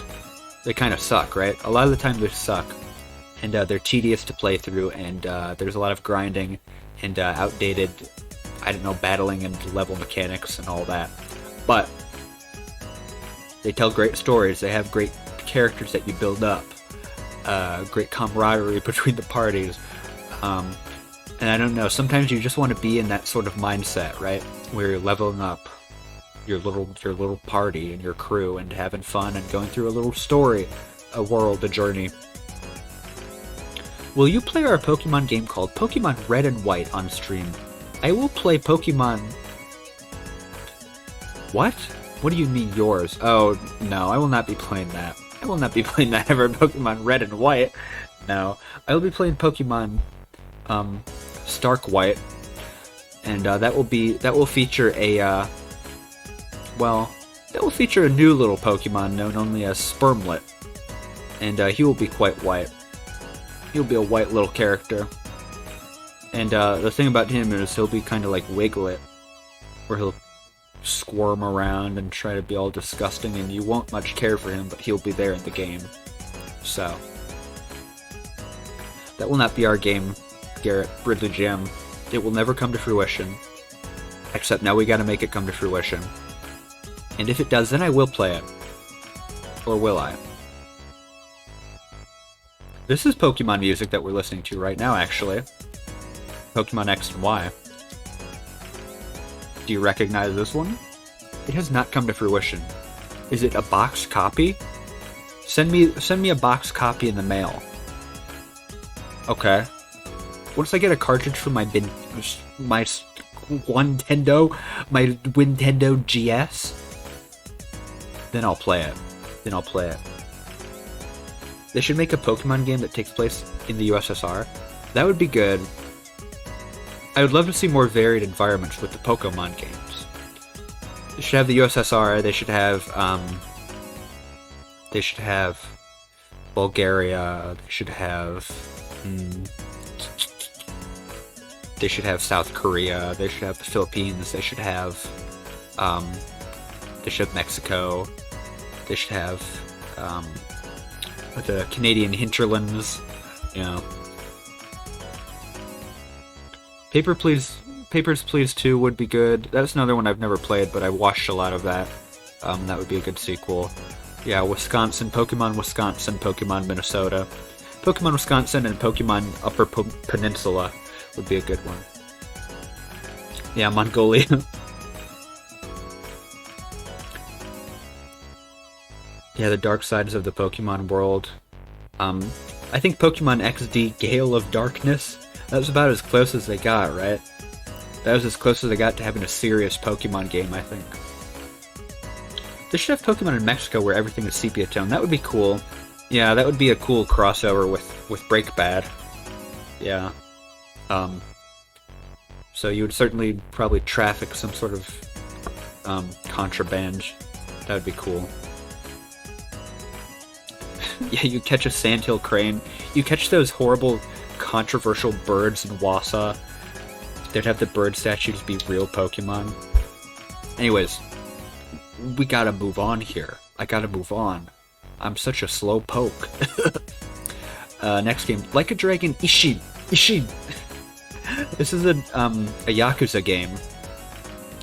Apparently this already came out several years ago. It was a Japan exclusive, again, only in Japan. But, you know, sort of a Yakuza game set, I don't know, maybe 150 years back. I'm not sure when it takes place exactly, but it's like, okay, you're a samurai. You're a samurai Yakuza. So, but it's like all the characters from the modern Yakuza games, they're sort of playing the roles of these ancestor characters, which is very cool. The combat looks fun. You've got like pistols that you fire off and the samurai swords, obviously. So, I'm very much looking forward to this. All the Yakuza games, they're just so rich. So rich. I'll tell you that. So, Like a Dragon Ishi. 3.3 minutes on average per slide. That's no good. That is no good. Or is it good? We're giving them all their due time, right? Their due recompense. That one was a little bit shorter. This one, Resident Evil 4 Remake. This'll be good. This'll be good. I'm a big fan of RE4. Resident Evil 4, as some like to call it. With Mr. Leon, Mr. Kennedy. I like this one because in Resident Evil 4 he became like a secret agent.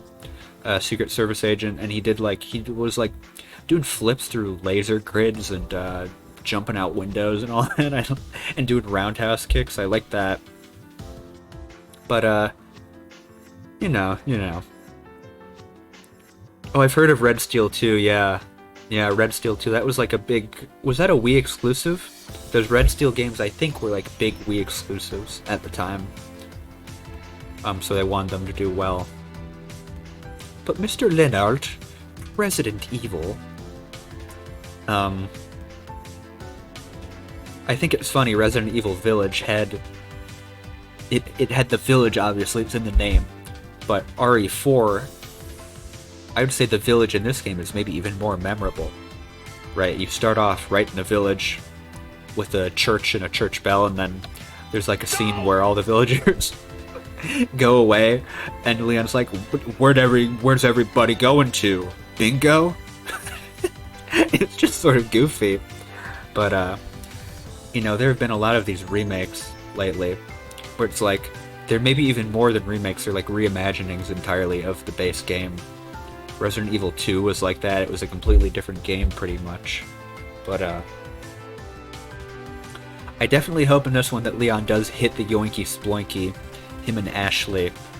I sort of like Ashley's new look. She's got like, I don't know, she was wearing like a weird skirt in the original game.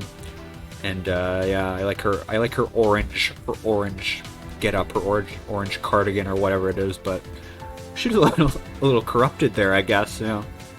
But the original game is one of the most like beloved games of all time, so this is the remake they were building up to. So, you know, I'm looking forward to it. Next one. Nirvana. Cyberpunk bartender action. This may confuse some people, may be a bit bewildering. But this is a sequel to another game called Valhalla, and maybe I'll type it out.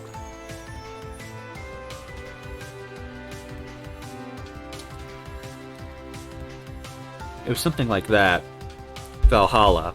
So it's sort of a pun again, Nirvana, Valhalla, with the numbers and letters, and like it's a specific address.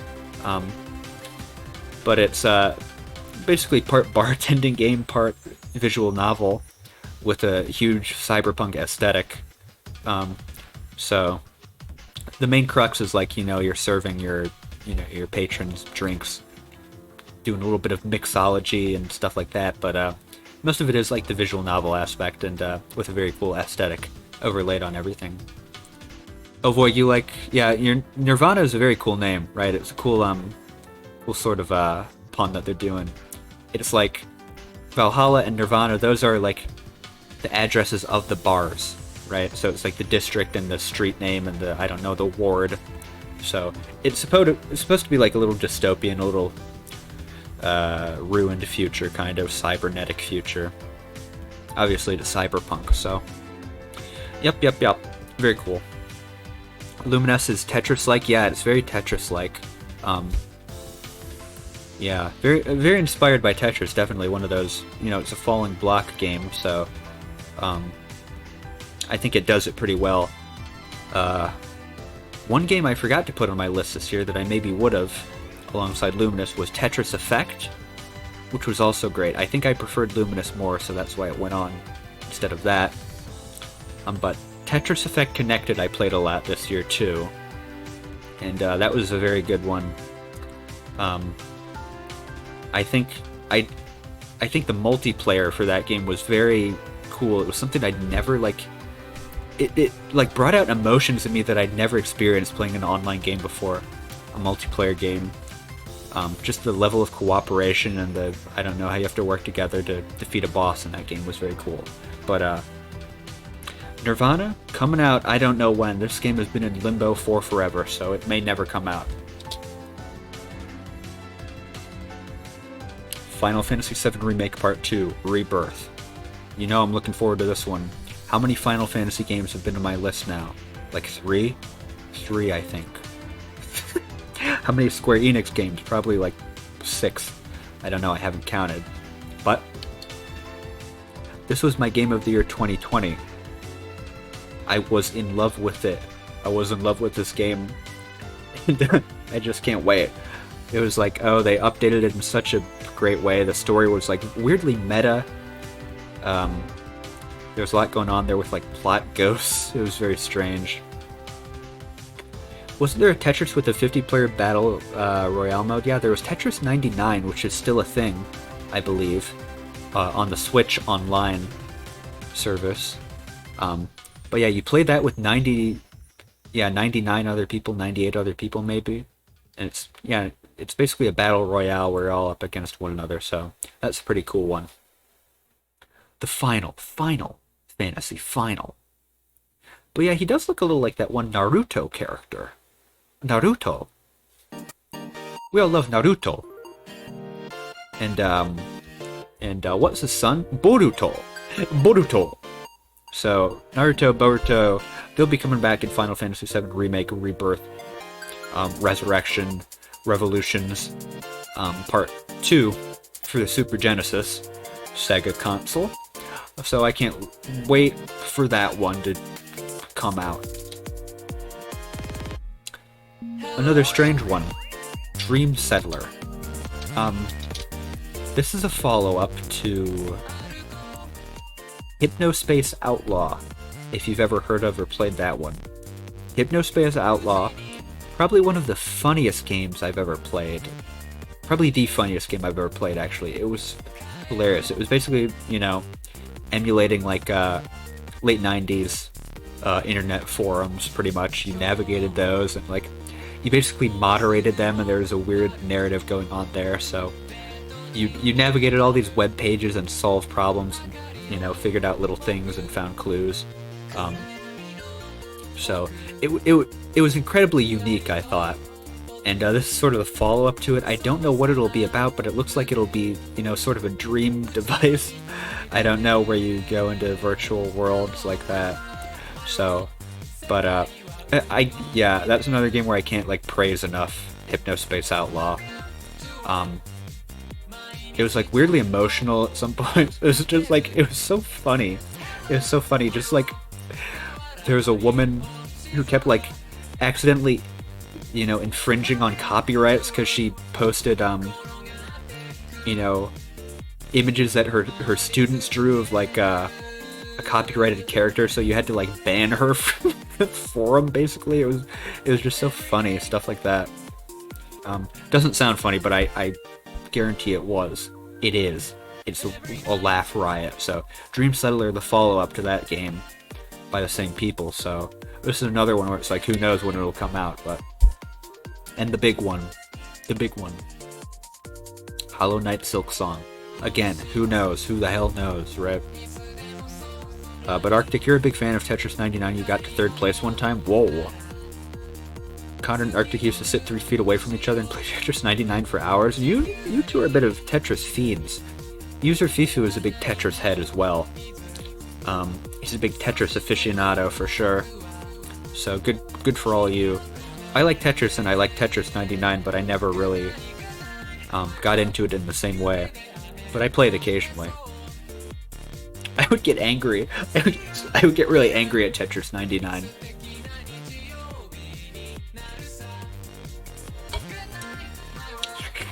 It would frustrate me a little bit. But Silk Song, Hollow Knight Silk Song. The original Hollow Knight, what a game. It's like unforgettable. Just, oh my god, what a game. Talk about Metroidvanias, that may be the best one ever. The best one ever. I don't know. It's just a beautiful game in terms of combat and the world and everything, and the music. It feels so precise. There's all the badges that you can get for that game. It's just wonderful. Wonderful customization. Wonderful exploration, which is the main idea of it. And, I mean, this is the follow-up. What more can you say, right? We've seen very little of it. We got a trailer finally this year, I think. But it's like still no release date for it. Who knows? It's just one of those games, again, where it's like, it may come out in 5 years. It may never come out. You're so Dead Cells pilled, Arctic. Yeah, you're also a bit of a Dead Cells head. But yeah, I would definitely recommend finishing Hollow Knight. Great one. Is this the last game? Oh no, that's okay. Of course. Who among us could forget about this game? Legend of Zelda: Tears of the Kingdom. Of course, I'm looking forward to this one. Breath of the Wild was like when the Switch Tendo came out. I didn't get it right at launch, but I got it within the month it came out. I went to a Toys R Us. They were like, yeah, we have 10 Switches in stock. Better line up early. I lined up. I was number 11 in line. And then somehow 2 people ended up being together, and I ended up getting a Switch. I was the last one. So that was pretty good. And, yeah, Breath of the Wild, that was like, whoa. It was, again, it like reinvented the Zelda series, mixed it up after Skyward Sword, which it really needed.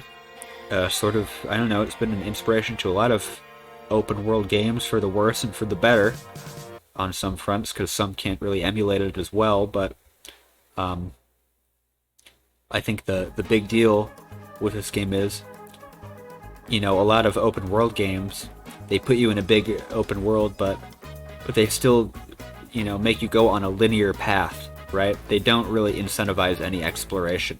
Breath of the Wild sort of changed that, where it's like, okay, you can go wherever, do whatever, do the story in whatever order you want, tackle the side quests in whatever order, and the map is not like over polluted with icons and all that. You unlock and put in a lot of them yourself, so stuff like that.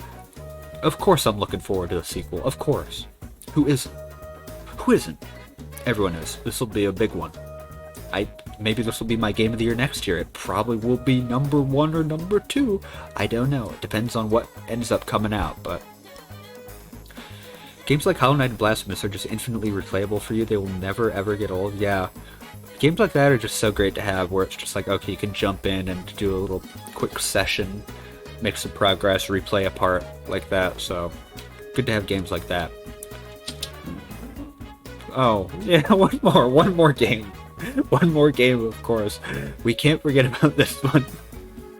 Who among us could forget Pik'Ums 4 for Nintendo GameCube? Pik'Um for Nintendo GameCube. It's coming out. They're releasing another one.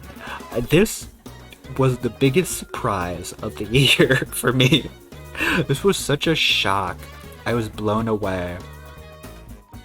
There's no universe where Tears of the Kingdom is not your game of the year 2023. Yeah, Arctic, it'll be a good one. It'll be a good one. I mean, there's no doubt it'll be good, right? So, it'll probably be for me too. We'll see. Or Pikmin 4. Or Pikmin 4. Who knows? I have been waiting for this game for years. You can see the Polygon article right there on screen. 7 years ago, Miyamoto said Pikmin 4 is very close to completion. He said that 7 years ago, and then nothing. It was just nothing. There was nothing. And now, finally, they're like, oh, Pikmin 4 is real. It's coming out. Nemo, it's the truth. It's the truth. It's coming out. They announced it in, I think, one of the directs that they had a couple months back. What the hell? What the? So I can't wait. Pikmin, I love Pikmin so much. Seriously. One of my favorite series. Tomorrow, look out. Coming out tomorrow? Arctic, you should pick them. You should definitely pick them. I bet you would like it. Bit of a real-time strategy game. There was a game called Little King Story on Wii, which was similar. Tried to emulate a bit of it, but nothing can really capture the magic of the little creatures you've got going on. You can see even Miyamoto-san is sort of enthusiastic about those little guys. He's gonna toss one up to heaven right there, the little red man. So, but yeah, Pikmin 4. I first played Pikmin 2, then I played 1, then I played 3. But they're just so good. Like I don't know what it is, like the real-time strategy, you can call it that, you can put it in that genre. But it's like the management of your 100 little men. It's just so satisfying. The combat, the collecting of treasures, which was bigger in 2, it's also well done, right? So Pikmin 4, probably that and Tears of the Kingdom, my 2 most anticipated games for next year. These are my trend predictions for 2023. If you agree or disagree, let me know. One trend, the Hunger Games. I think the Hunger Games will be big in 2023. Also, I think there will be a lot of apps that come out. There will be a lot of apps that come out on phone to click on and tap. So apps are going to be there in a big way in 2023. Would I consider FTL an RTS? I probably would. Yeah, that's an RTS, I would say. What would you consider it, Arctic? I would say it's an RTS. Definitely. Another trend. MP3s. MP3s are going to be big. You're going to be putting them on your devices and doing stuff and listening to them. John Kerry will be big. He's gonna have he's gonna have his campaign, and hopefully, he'll be there too. Roguelike Time Sync. Somewhat would know best about that game, so I will defer to him.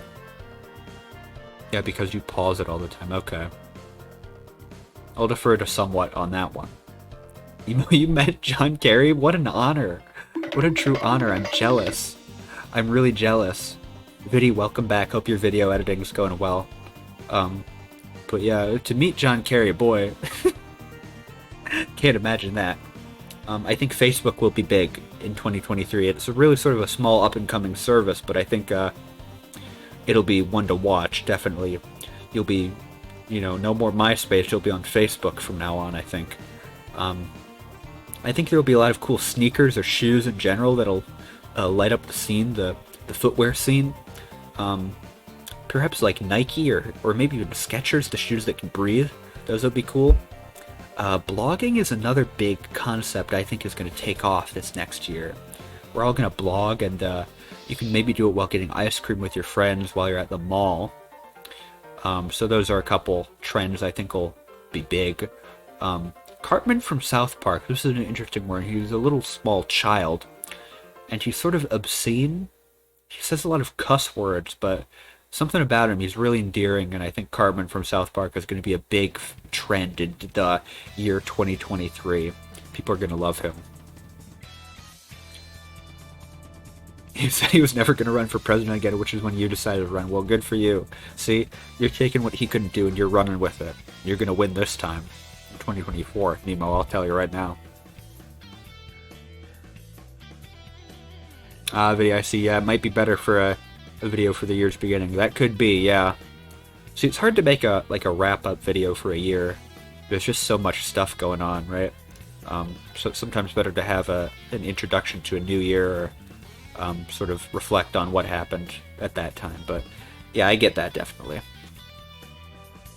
It's going to be all Kenny. Kenny might be big. He might be coming back in a big way, too. I think Kenny with his orange parka and his mumbling, his mumblecore, some of us refer to it as, he'll be big. He'll be big, too. So, you know.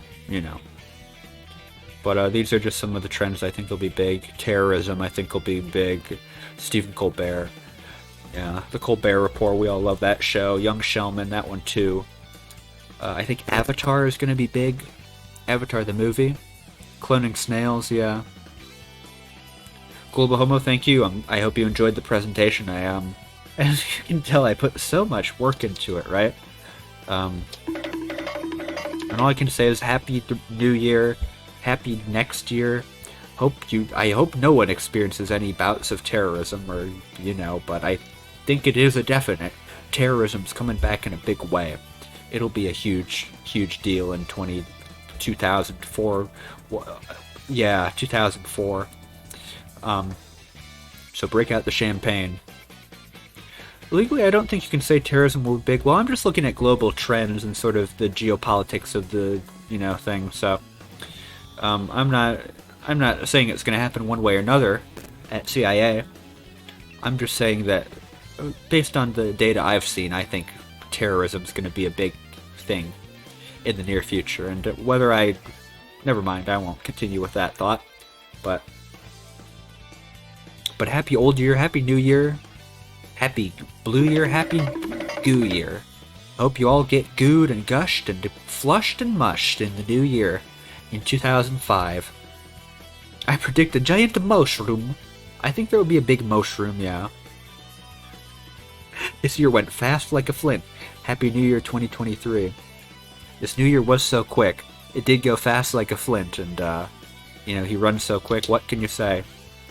And my final message is, I wish sweetness in your speech, peace in your mind, love in your heart, strength in your hands, and victory at all times. Good luck. May this year bring love, peace, and happiness in your lives.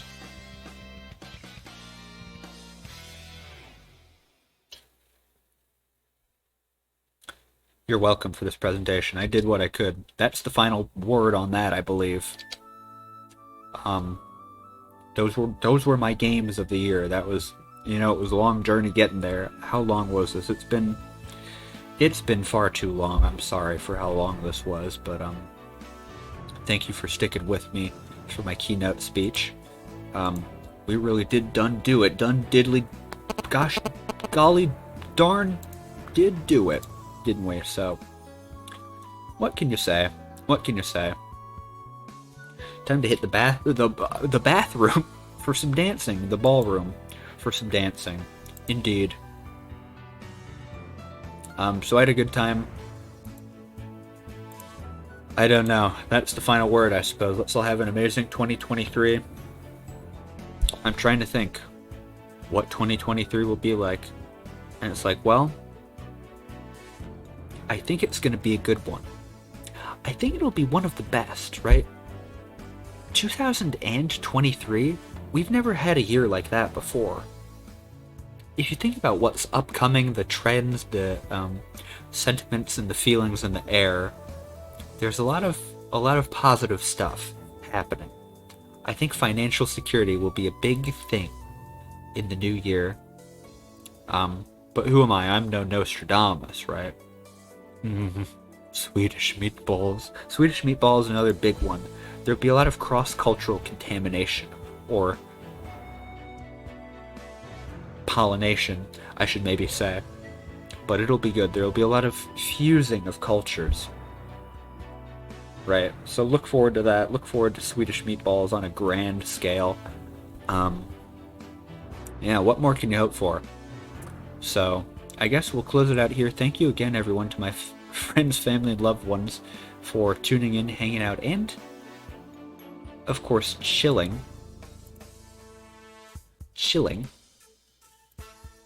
Yeah, pepperoncinis. I had some pepperoncinis the other night, and I did just about throw up because they made me ill. How long have the TFGers been going here? Let's see.